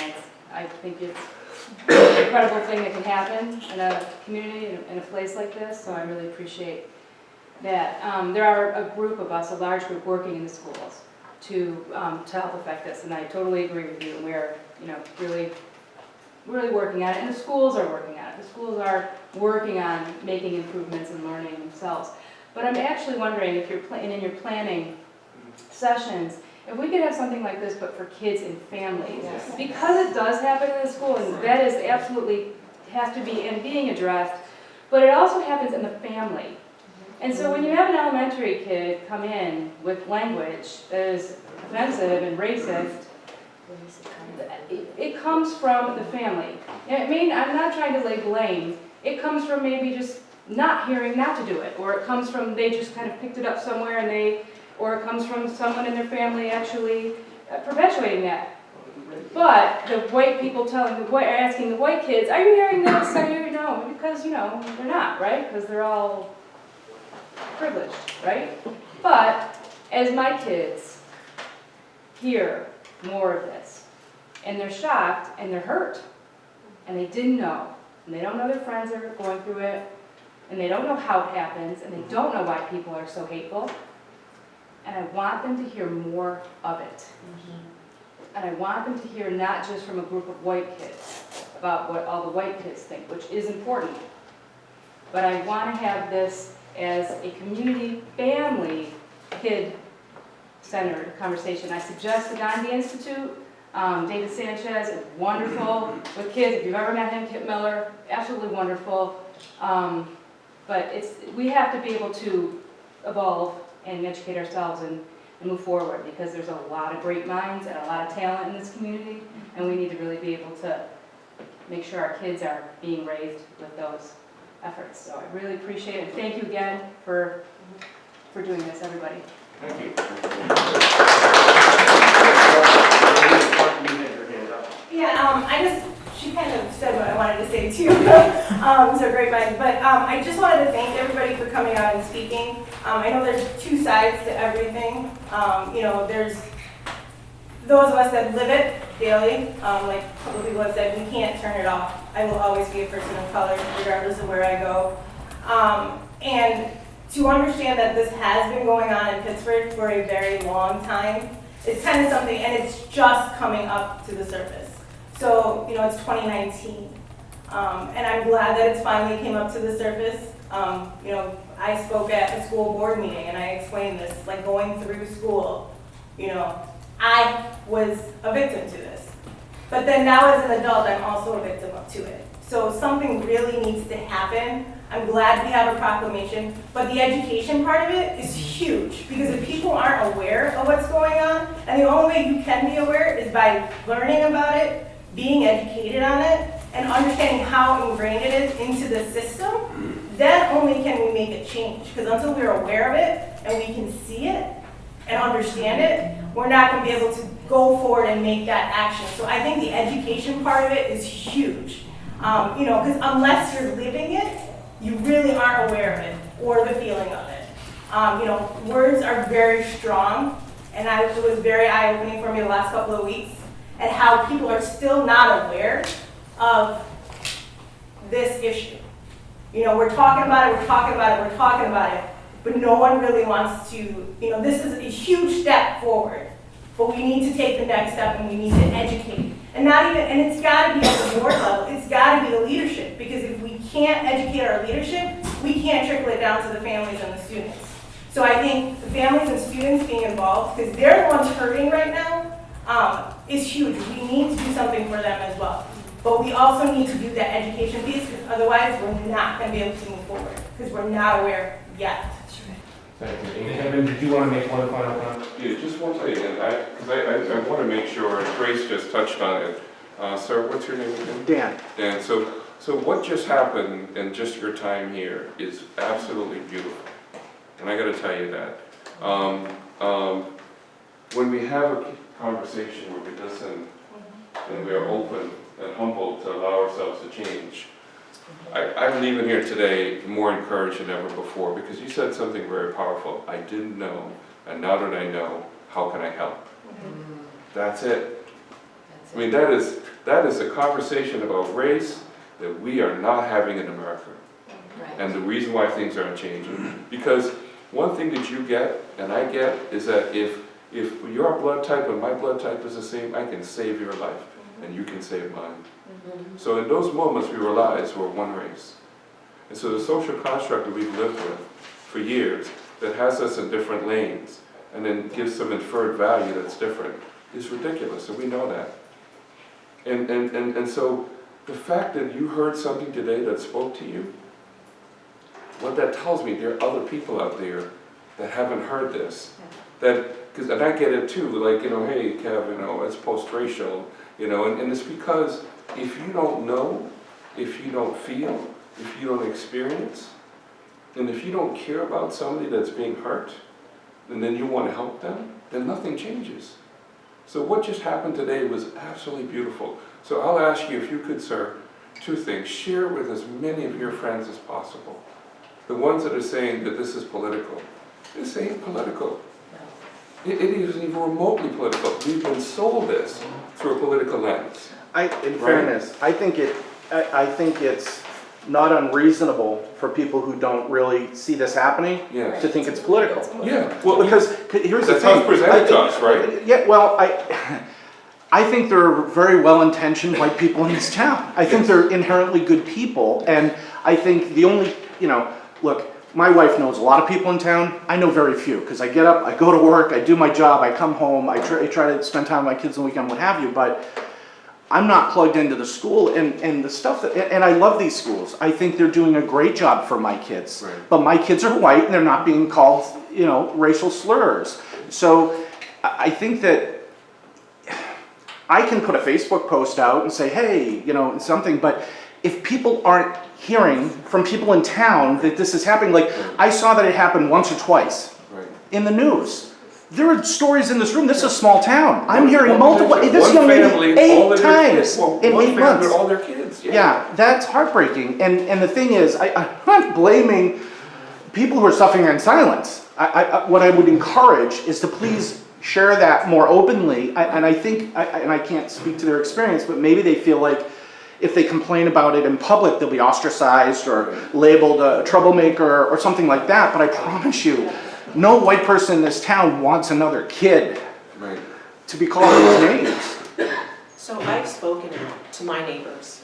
A lot of my neighbors know our story. And I've even talked to people who are friends who really basically said they don't have time to get involved with this. Right. I mean, we are facing that.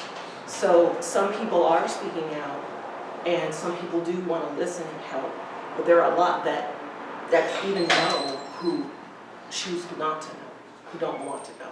I don't know. Excuse me, we have a few other items on our agenda. So I want you to continue the conversation, don't get me wrong, because this is an important conversation, and you are welcome to step out in there. We're gonna do a 5-minute recess, and then we're gonna re-adjourn and do the other members on our agenda this morning. So once again, I wanna say thank you to everyone. I think we're all on the same page here. We're gonna make mistakes, but I would like to refrain from, as much as we can, from criticizing each other, because we're all headed for the same goal. So thank you again. Second. Aye.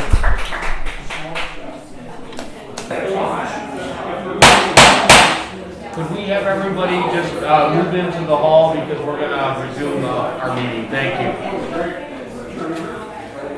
Unless you want to hear the rest of our meeting, you're welcome to stay. You know how to clean up your room. We're talking about code. Yeah, right, exactly. Oh, I'm going to step outside. I'll go.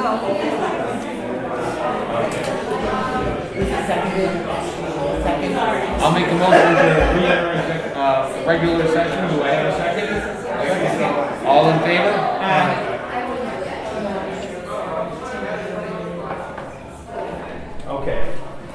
Next item we had on our agenda, I wanted to suggest just a courtesy texting policy, no texting during meetings. And Renee, again, I know you have kids, so if you get a text, if you would just excuse yourself and go in the next room. But I've had a couple comments from people in the audience that they feel it's disrespectful. I think it's also disrespectful to the person that has the floor. So I would ask, I understand there can be emergencies and you may have to respond, but if you just excuse yourself in the room and go out in the other room.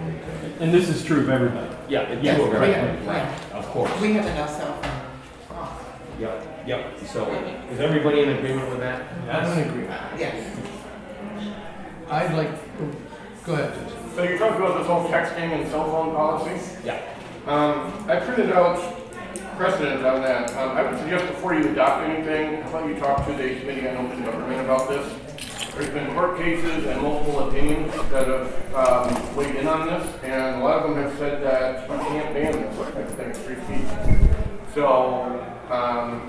I'm just wondering if you would like to, I can hand out some of these to you if you want to take a look at them. But Well, why can't we be Councilman? Well, I think what the mayor said is that if anyone has any important information to be texting, that they excuse themselves. So I don't think we're. Anyway, I just wanted, in the same way that you can't control what people say during the meeting, but they have to have the floor. You know, in a meeting, one person has the floor, so we're not interrupting each other. And the problem with texting is that it's distracting.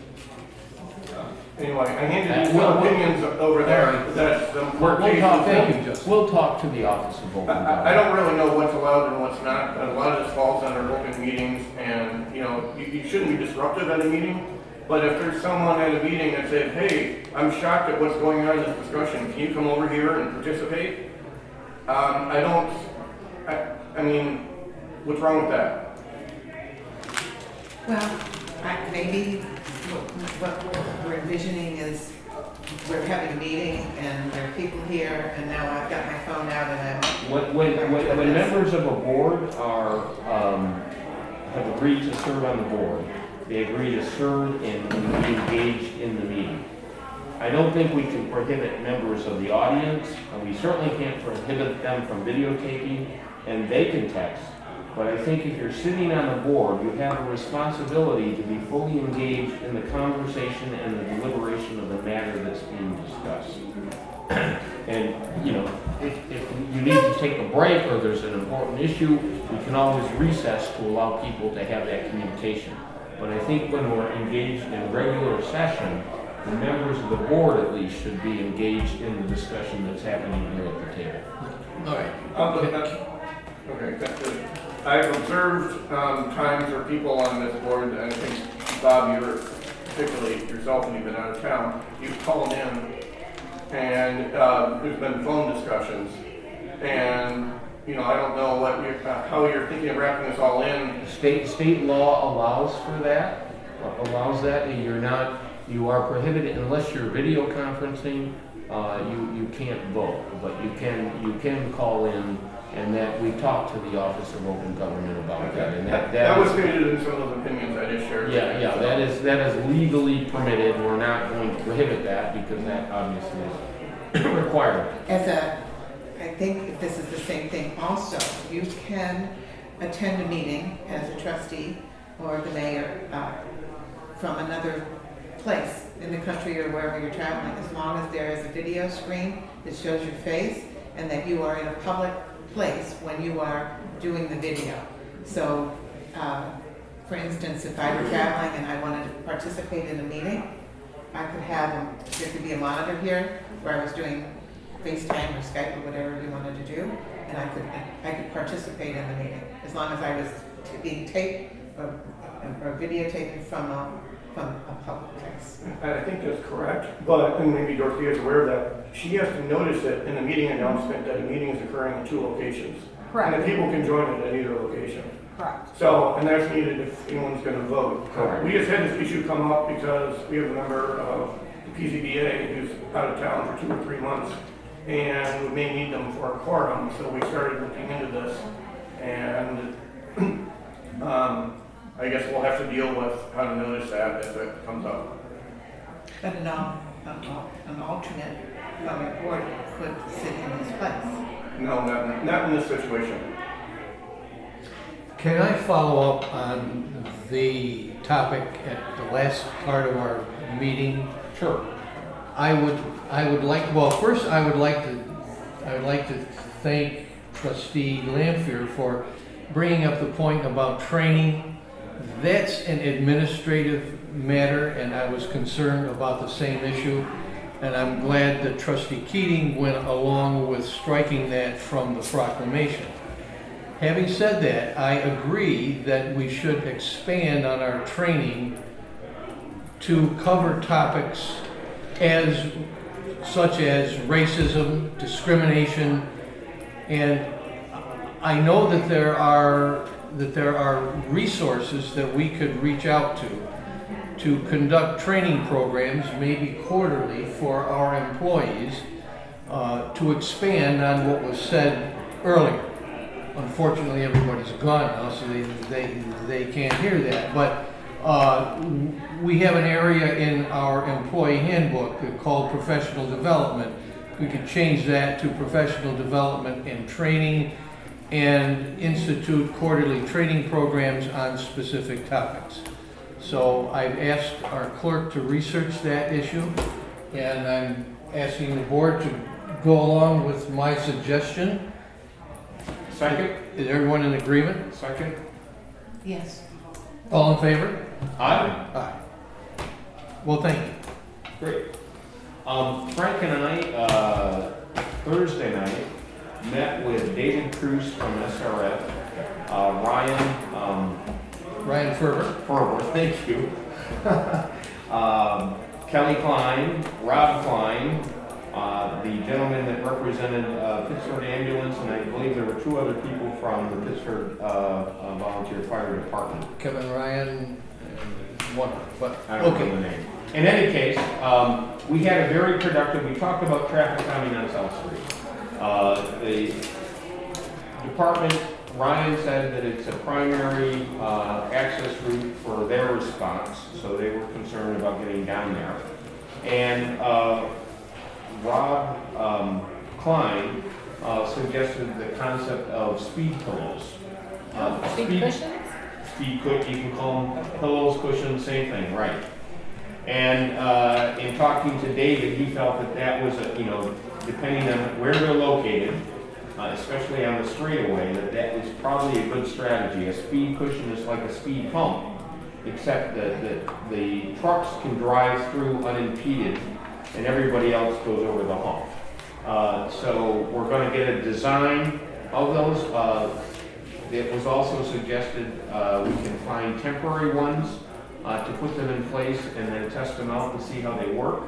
But the next step is SRF will be coming back with a tentative design for South Street. And did I forget anything, Frank? No, other than during the meeting, we explored the other options for speed calming. We've had some residents ask for us to address that problem. So there were various options that were eliminated by the fire department and us. So now we are finally zeroing in on what it is we can and can't do with regards to traffic calming. But we've got a lot of other issues that we are looking at to get into milling and paving South Street, including installing ADA ramps for all of our crosswalks. So, and we did forget two things. David Cruz is doing additional research on speed tables to see if they can be designed with a more gradual slope than, say, is on Shane Place, that wouldn't create the problems for emergency vehicles. So that's one issue. The other suggestion that's been used very successfully in the city of Cohoes and the village of Hamburg is painting the shoulders a contrasting color. I think they're like a terracotta orange in Hamburg. In Webster, they have a similar thing on the crosswalks. The crosswalks are red. But it's another way to visually make the road appear narrower for drivers and to potentially slow them down. And we can't do that right now on DOT or state DOT owned roads. They won't let us paint a different color, as we learned through the ESTAT project unless. Ironically, they have done that on New York 787 near Really? Albany. It's a state road, and so are the roads in Hamburg They get where that they through. did it. All right, awesome. The DOT, they were DOT projects that actually put the paint in. Okay, Hamburg, and what was the other one? Hamburg and the city of Cohoes, Route 787, Thank you. north of Albany. Also say Webster, that's a main road and they're painted, and our crew's painted. The crosswalks are painted, Different color? When we, that's new. that's 250, the crosswalks, the state road is 250, and the crosswalks across it are painted red between the lines. You talked to Jake Swingland, superintendent, he probably can. and unfortunately, the more we explore the options and what we can do and we can't do, the price keeps going up. Oh, yes, that part. That's not. That's the bad news. That's the bad news. Yes, Yeah, I was at a recent training session on green infrastructure. And have you thought about including green infrastructure as traffic calming elements? And there's grant monies out there for green infrastructure type projects. Wednesday, we met with Fisher Associates and a representative from the Genesee Transportation Council, and we were investigating grant possibilities, and actually the only really viable grant possibility is green infrastructure. So we're aware of that. Because of the narrow right-of-way width, I'm not sure how much we can leverage it in this project, but going forward, it's something that we should look at with every project, because both, we do have a stormwater sewer system that's at capacity, and it would be one possibility to get some funding. And it's also a sustainable practice that we want to do also. As well. Well, just to kind of share some suggestions I heard from the session. One is, I talked to an engineer that does some of this stuff, and they mentioned you can use swales to deal with water instead of channels along the sides of roads. And that would expand potential green space on the roads. And as a funding option, I heard is there's lots and lots of money available out there possibly if you combine it with a research type position. I believe the landscape architect the planning board works with teaches at RIT. But there's a variety of people out there, and if someone wants to research how to take a urban village with traffic problems and come up with a green infrastructure solution, you could probably get a lot of money for a project like that. So, I mean, that's just a suggestion for how to fund some of these alternatives. So, syncing up with some type of researcher might be a key to getting funding. Okay. Sue? Sue Reynolds, 6 South Main Street in the Village. I'm not sure if this is appropriate at this moment, if we're talking about traffic particularly, because over and over and over again, I'm hearing about children that are knocked off their bikes by cars and speeding and the injuries, the deaths, and I keep raising the question about overhead cameras that can be placed all through the village and the town. It could be a collaborative expense perhaps, because the revenue that would be raised by fines that are registered by overhead cameras, people speeding, people jumping traffic lights, stop signs, all sorts of violations. The revenue would pay for those devices in themselves. And from what I understand, they're the best deterrent there is. No, I just want to raise that to the board to consider. I was going to ask Renee if she knows much about that, because I know in the city of Rochester, they had cameras to catch people going through red lights, and I believe they have agreed to remove them all. They did. That was a matter of implementation. They actually showed that it did impact driver behavior.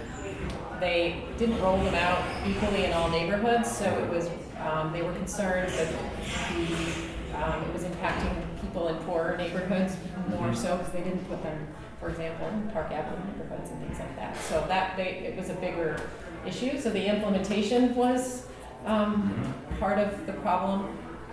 There are all sorts of new studies out of New York City where they've placed speed cameras in near school zones. So I can come back. I don't want to give an opinion tonight because there are pros and cons. They definitely have shown in Virginia, outside Washington D.C. I think it was Arlington or Falls Church. I can't remember which municipality had the speed cameras up to show that it did impact driver behavior. Now there are all sorts of people who think that it's invasive and things like that as well. So I can pull together some data if you want and bring it to the next meeting. That'd be great. Okay. Thank you, Renee. Okay, let's move on. I know it's getting late, but I think the last item on our agenda, we were going to try to go through a review of the issues that Jeff Turner had suggested. So I don't know if Lily, you want to guide us and lead us through this? We all received a memo on May 30th. Does everybody have a copy in front of them? Mm-hmm. Yep. Okay, good. Okay. And he lists, these were being sent to Molly and John as well, and he has questions that we might want to develop answers for, so that we can give Molly and John guidance. And there's very specific questions. He asked about, if you take them one by one, we talked, I think, about the R2 and R4 and the residential structure per lot, and I think that we did talk about that last time, so perhaps they didn't have that information. They were gonna have more descriptive titles. Yeah. Right. And so I that think we was all fine. agree to that. So that's done. So we'll just go through them one by one, if that's okay. Yep. Dimensional and bulk requirements, and he's saying that we should use the R2. Is then, anyone have any discussion regarding that? I think what he's referring to as R4 is in the new code would be R3. But they're gonna have descriptive titles anyway, so I guess that's a neat point. Yeah, he's using the R2 requirements. That's the question. And he's talking about the flat lot issue. And I think we talked about that last time as well. Yes, right, and it's the minimum width. Right, we're talking about the minimum width. I think we talked about the 3 spaces per 1,000 of gross floor area for all non-commercial uses in the residential district. Now, there's something currently in our code, and I'm gonna refer to you, Bob, because you helped write that part, when we amended the code regarding parking. We have a good section in our current code that really requires that parking is creating more parking is only a last resort. So we don't end up with unnecessary parking lots, and we're trying to be a walkable community that doesn't destroy and pave over our residential neighborhoods. So I think potentially we're happy with our current. I think we should just transfer the current language to the new code. It's fairly recent. It was a recent addition. Yeah, he's asking again about the location of dumpsters. We already have that in our code, and apparently it was left out of what they submitted to us in a draft. The next is just changing adding fencing, adding the word fencing in section 210. I would agree with that. The 30% lot coverage requirement. Currently, I think it's 25% in R2 and 30% in R3. And we want to keep that. Yes. But he's saying it conflicts. Well, if you combine them into one district, I would go with the lower percentage, 25%. Okay, so we want to convey that then. Okay.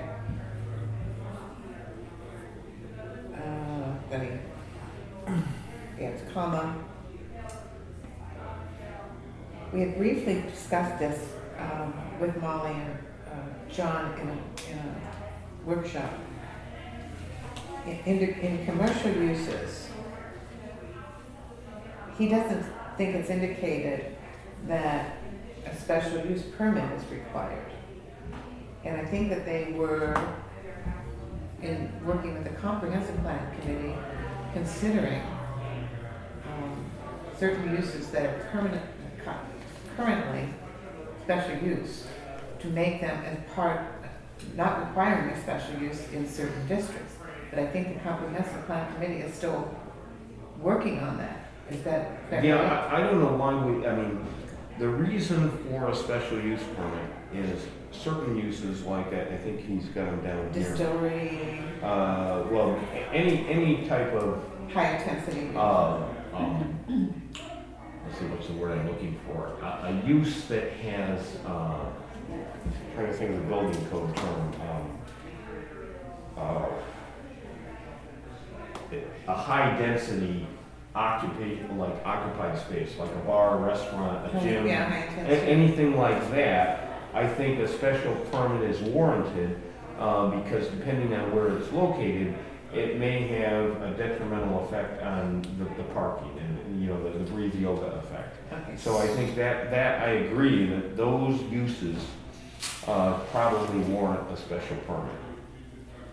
Either because they, hours of operation, issues of trash, odors, noise, and the demand that they might place on parking. Okay. The other thing I don't think it's on his list, but when we had Charlie Fitzsimmons come here and talk about his recommendation for a maximum size for restaurants, I think he recommended about 70 seats. He felt would give everyone a reasonable return without, being a big box that would overwhelm the capacity. In all cases? In all cases, yeah. In the village.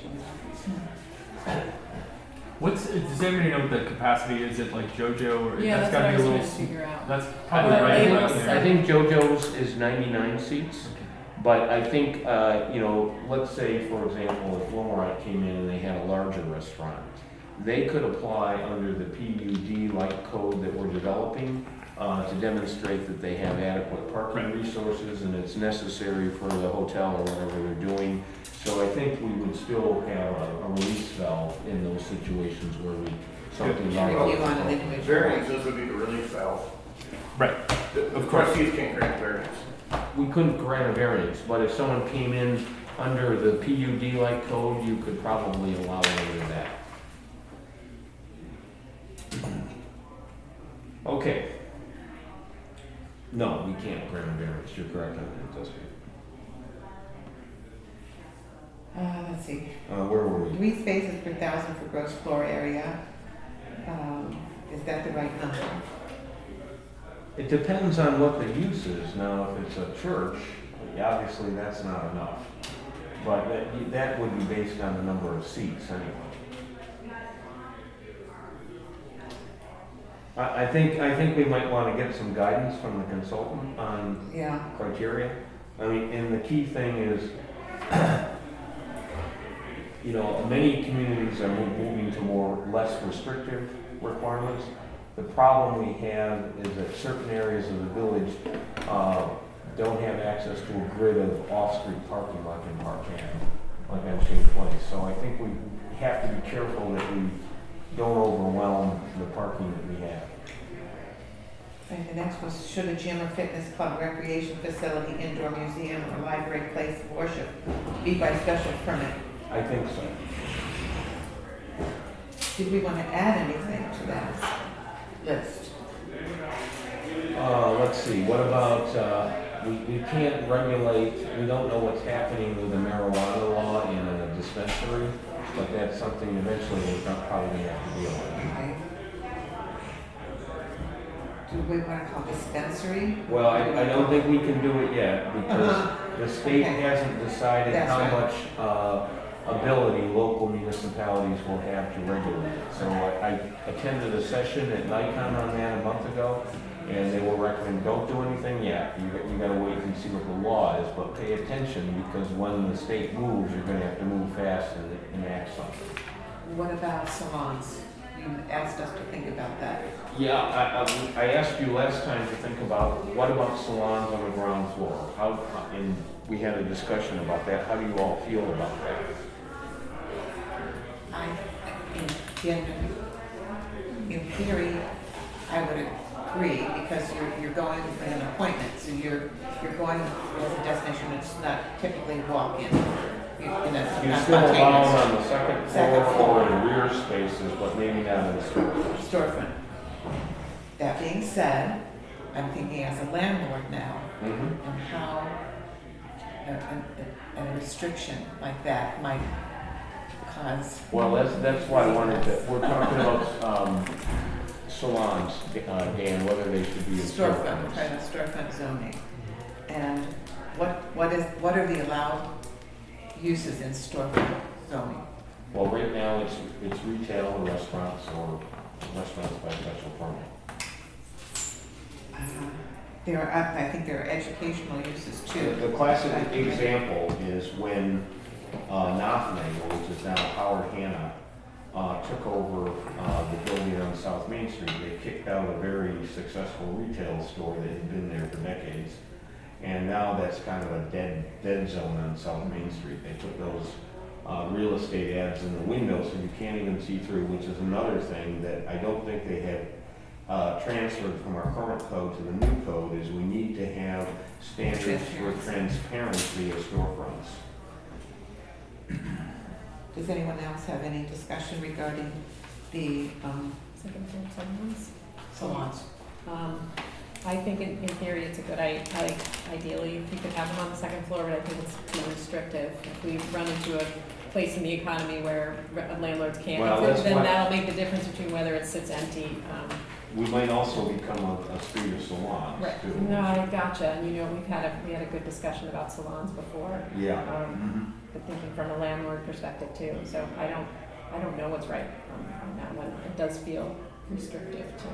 I don't know how else we encourage something different to go in there, but. Well, one thing we could do is we could allow salons by special permit.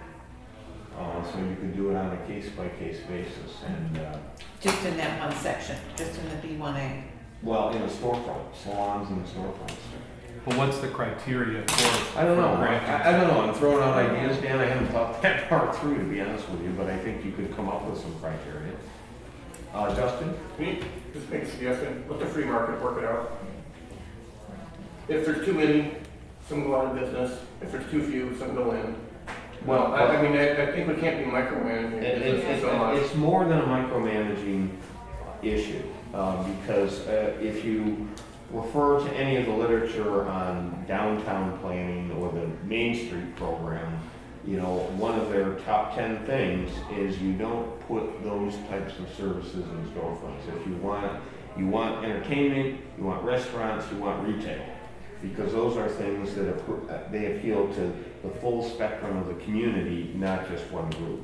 So healthy downtowns, those are generally relegated to, in the back of the building or upstairs. The question is, economically, are we at a point yet where we can go there? We have a hard time filling our storefronts as it is, and we don't have those restrictions now, so I hesitate doing that. I agree. Okay. That's my opinion, but Although, you hear a lot when you're sitting in that chair getting your hair done. You hear a lot. Well, that's I'm true. just saying. But in the comp plan process, one of the refrains I've heard over and over again, we should have more than salons on Main Street. Yeah. And it's, or we could ask for the guidance of the comp plan committee too. Should they want more salons? No, there's too many. Yes. They want to see other things. Because when you're sitting there, the owner of the salon is talking to me about how she is waiting for a bigger space on Main Street to open up so she can expand and move there. And unless you're offering retail as well, so that somebody who's walking down the street sees something in your window and spontaneously walks in, whether it's product, I don't care, whatever it is, but it's selling something, so that people will come into your space rather than just somebody who has an appointment. She could do just as strong a business on a second floor with the same amount of space, because everything is by appointment. Right. So it's What about? Now, I'm not even sure. I have not checked on the legality of this. But what if you had no salon within 100 feet of each other? current salon owners would probably be thanking you for that one. There's a lot of competition. I think the special permit idea is a way to review each individually, and then you can gauge whether, well, right now we have 2, so it looks like we can accommodate this, or right now we have 12, so I don't think so. But we can't make it. Yeah, by that. We can't do it on the That's the market criteria. because we can't get into the market. Right. Oh. I'd really like to talk to the landlords about this and try and understand a little bit about the economics behind why there are so many. Well, I think there is a demand for salons, no question about it, and that's, retail is still in evolution, so, it's how much,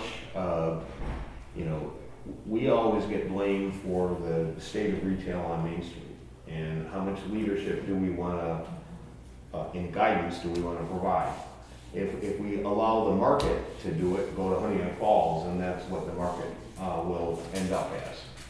But, I think it's a balancing test, and I think we don't have to decide today, but I think it's something maybe we want to do a little bit more investigation on. Perhaps we should talk to some communities like Rhinebeck and some other places like that have a healthy retail mix and see what they've done to achieve that, like Chagrin Falls,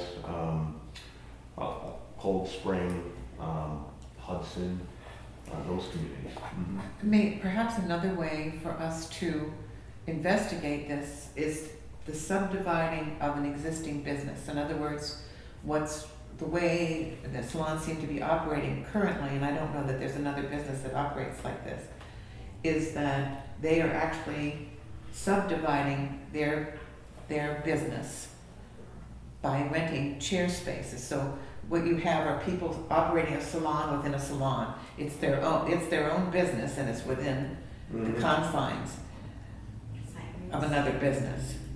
So if you took it on a retail level, it would be like, as a retailer, let's use SJ's because I'm familiar with it, if she invited other retailers to open up separate stores within her store. So she's subletting, so to speak. So you're subletting space within your own business. Maybe that's a way to differentiate, because you're increasing the intensity. You're not just one tenant, you're actually 30 tenants. I think we should have a discussion with maybe John, a phone call, and get some guidance. And the other person we might want to talk to is Maria. I think we need, I don't pretend to be an expert in this area, and I think we want to handle it in the right way. And I agree with Renee, we don't want to be draconian and, cause empty storefronts. On the other hand, the more we can push to keep a balance of uses on our Main Street, I think it's healthier for the community and the center of the village being active and serving the needs of everybody. It was mentioned in the survey. And you had a Can I ask comment? a question? There's often seems to be a lot of discussion about what to prohibit. Have there ever been efforts by the village to incentivize the things that you want, to use the tools of government, whether it is taxes or whatever you can do? Have you ever tried to incent the things that you want rather than trying to over prohibit the things that you don't? We're actually, in New York State, we're actually prohibited from doing that. Fairport got into a lot of trouble a few years ago because they did provide incentives, and the state intervened and shut down their IVA because they felt that they were providing gifts, and which was determined unconstitutional. So it's difficult to do that. You have to, there's a cumbersome process you can go to. You can do, some communities have established a different tax rate for commercial properties and residential properties, but even that's not an easy thing. But it's very difficult for us to give incentives to people because under New York State village law, most programs like that would be deemed a gift, which is illegal. What about recruiting then? There's nothing wrong with recruiting, like to see, well, what's lacking here and what would we like to see, what do we need here, and then recruit those without any incentives, just to say, we've got space and we think that there's a place for you here if you'd like to consider it. Well, we have done that. To your point, Sue, I've reached out. Okay. Sue, to your point, I reached out to a whole bunch of businesses in town. I'm sorry, Bob, I started talking, you didn't hear me. It was just a mistake, okay? I reached out to a bunch of local businesses and continue to do that. I think that's a good idea for us all to do. I've even referred them to the landlords who have those empty spaces, just from some other successful businesses outside of Pittsford.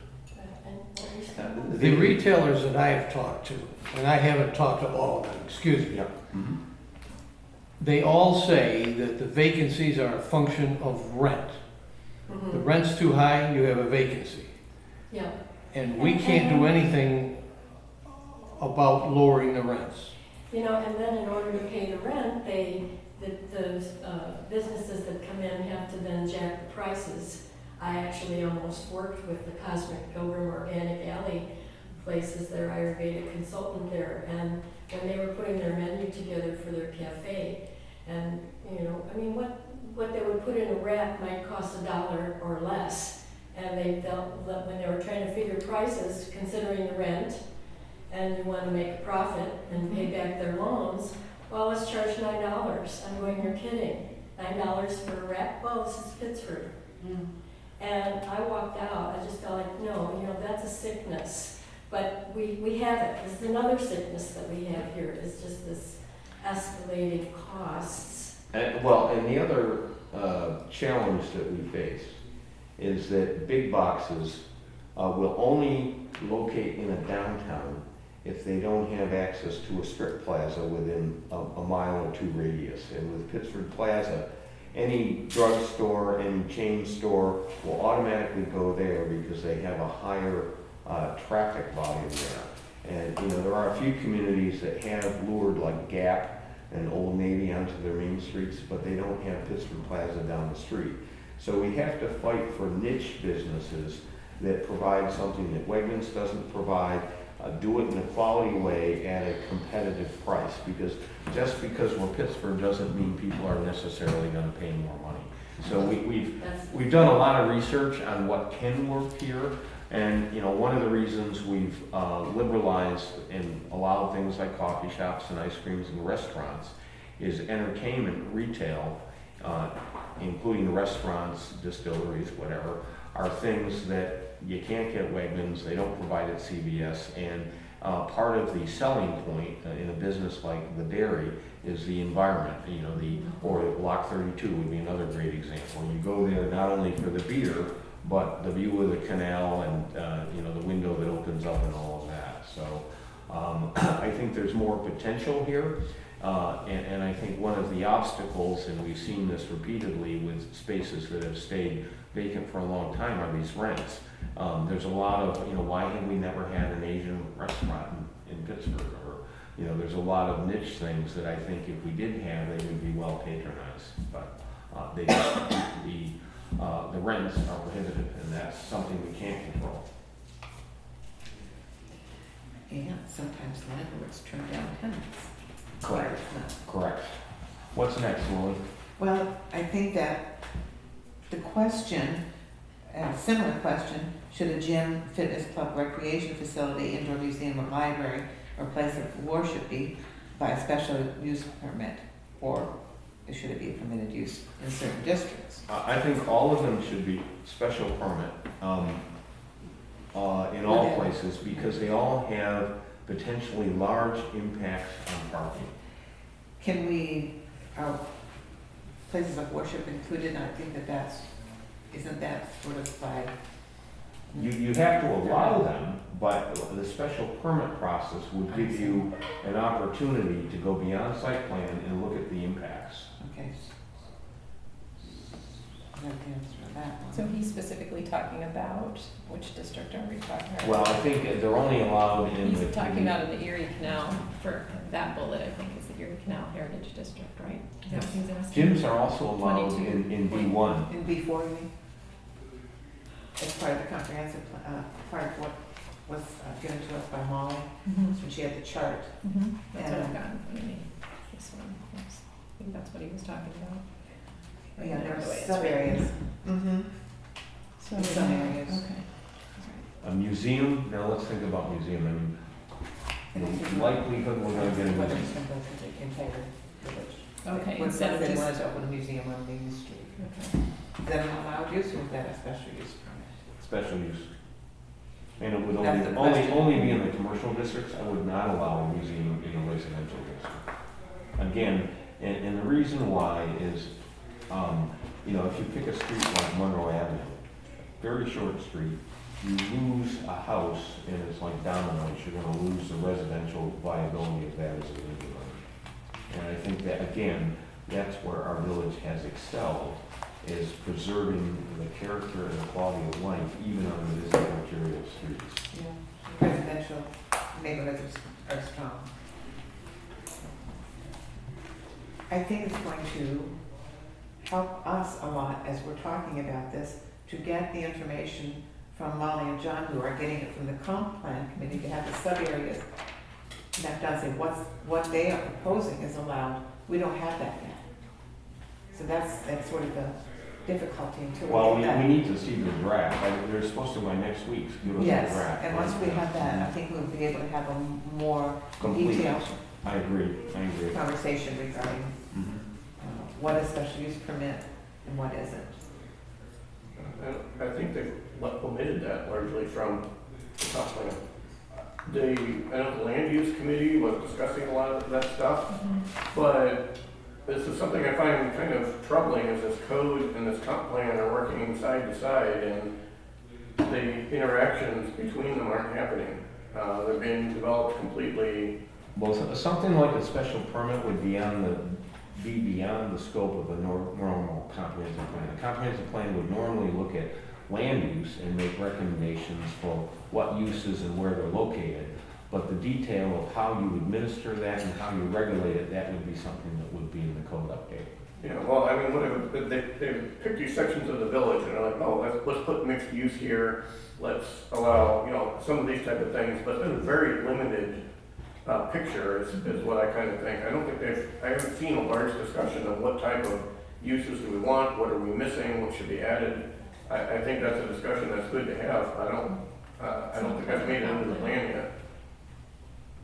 I think there has been some discussion, but I would agree with you. I know in terms of the Main Street Business District and the Shane Place District, the comp planning committee did talk about what's there now, what should be allowed and what shouldn't be allowed. So I think, I haven't seen the draft of how it's been reflected in the text, but I know the group has had that discussion.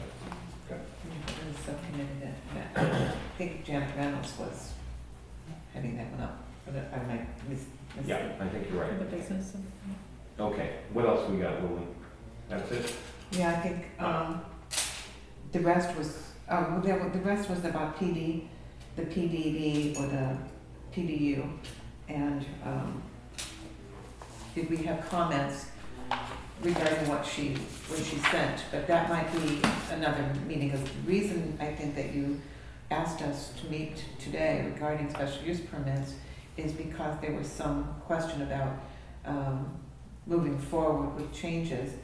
And so you asked us to meet today and discuss that. So I'm hesitant to go into the PDU piece of it. I think that's another. I think that's another meeting, yeah. And my concern is that some of the criteria are vague, and just, I like your input too. What do you think of the current criteria for special use permits, particularly for restaurant? I think we could probably be a little bit more specific to give the planning board, if you handle the special use permits, fairly clear criteria on things like dumpsters, noise, the parking location, screening, buffering, hours of operations, and so forth. But I think two things are important. One is I think the comp plan needs to have a vision of areas so we know what it's supposed to look like, and that would be helpful. And could you expand on that? What do you mean? Well, I think we have a perfect example where we have an application for a variance for someone across the street from Village Hall in one of the R4 districts that wants to put a freestanding monument sign in their front yard, which is not permitted. Right. And so the question is, what is the vision of that area? Should it look like residential houses, or should it look like light commercial? And I mean, those are the type of questions and things come up before us. Someone wants to apply to do something. Just having an idea of what it's supposed to look like. And I can't stress enough that language for the vision of what it's supposed to be is extremely important. So when evaluating special permits or something like that, whether we draw on the comp plan, whether we draw on criteria, if we have some guidance as to, how to go about these decisions, that's really, really helpful. Monument signs, philosophically, monument signs are for cars. Since the inception of that district, it was to retain the residential and historic appearance of the homes and have signs for the professional Let's not talk about this, since this is an active application that's coming before us.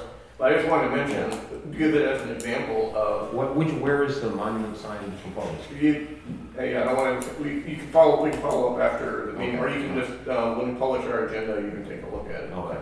it's gonna be on our agenda, so I don't think it's appropriate to have a lot of back and forth discussion about a pending application. I just wanted to say, when we're looking at this, it's helpful for us to know what the vision of the area is and whether it fits that vision.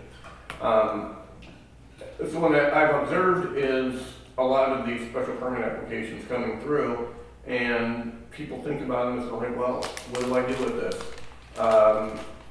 It's going to make more parking demand, but when do I say no?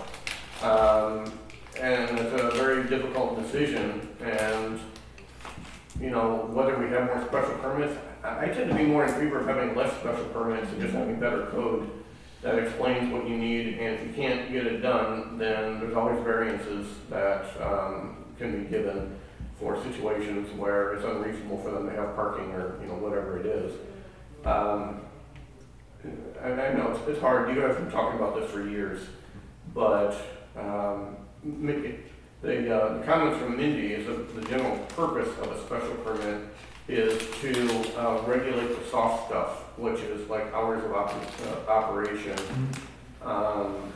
that type of thing. Is when you can put in the conditions that are imposed is the primary benefit of it. So, I mean, I don't know if I have an answer for you, but the criteria that I've seen in the draft code seem pretty vague, and they seem to apply to everything. I think some specifics pertinent to each uses as to, you know, what the requirements are. I think that's good to have if you want to go that. That's what I thought. I thought the draft criteria were too vague, and we could really nail it down based on the experience we've had over the last 20 years of the special permit section of the code has been in effect. I mean, I don't think your current code is that bad with its requirements in there, but I know you've discussed things like should they be within 100 feet of a residence. But that would ban almost all of them. I mean, these are hard things to figure out. We want to carefully look at that. It actually says in 100 feet of a resident, unless there's some physical factor that provides buffering, like a building in the way or something, so there isn't, you're not, you know, putting mechanical equipment for pizzas underneath someone's bedroom window. I mean, that's the general intent, or noise that's going to keep people from being able to sleep at night. Yeah. Or their parking lot is in the back and then it butts, you know, your bedroom window. So all of those things, I think that's what we all know it's hard to figure this stuff out. Yeah. Well, and that it is hard, and that's, you know, we're trying to, again, it's a balancing test that we're trying to get the right balance. Yes. The other thing we're grappling with is that we're getting two different information, one from the attorney and one from the consultant.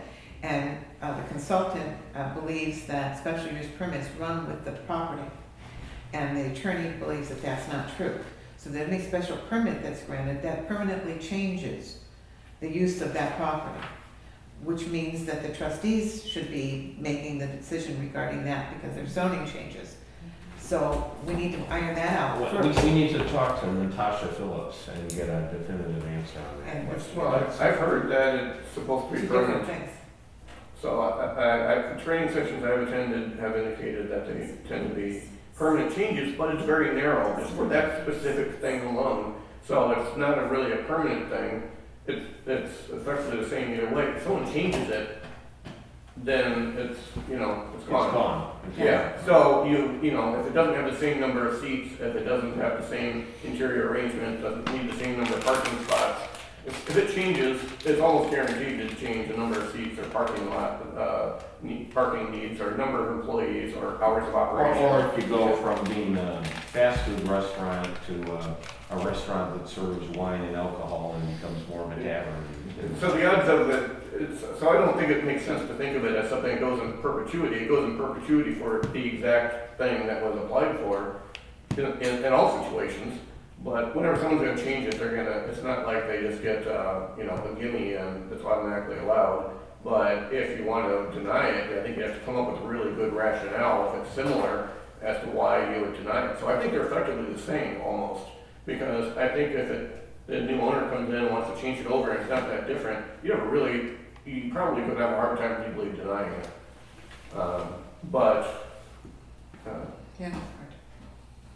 I don't know, but I mean, part of why I say maybe we should regulate more with code and less with special permits is we don't deny many special permits. So what purpose are they serving? Well, because I think they still do serve a purpose, because we have, on many of them, put conditions. The conditions are useful. Yeah, and that's really the benefit.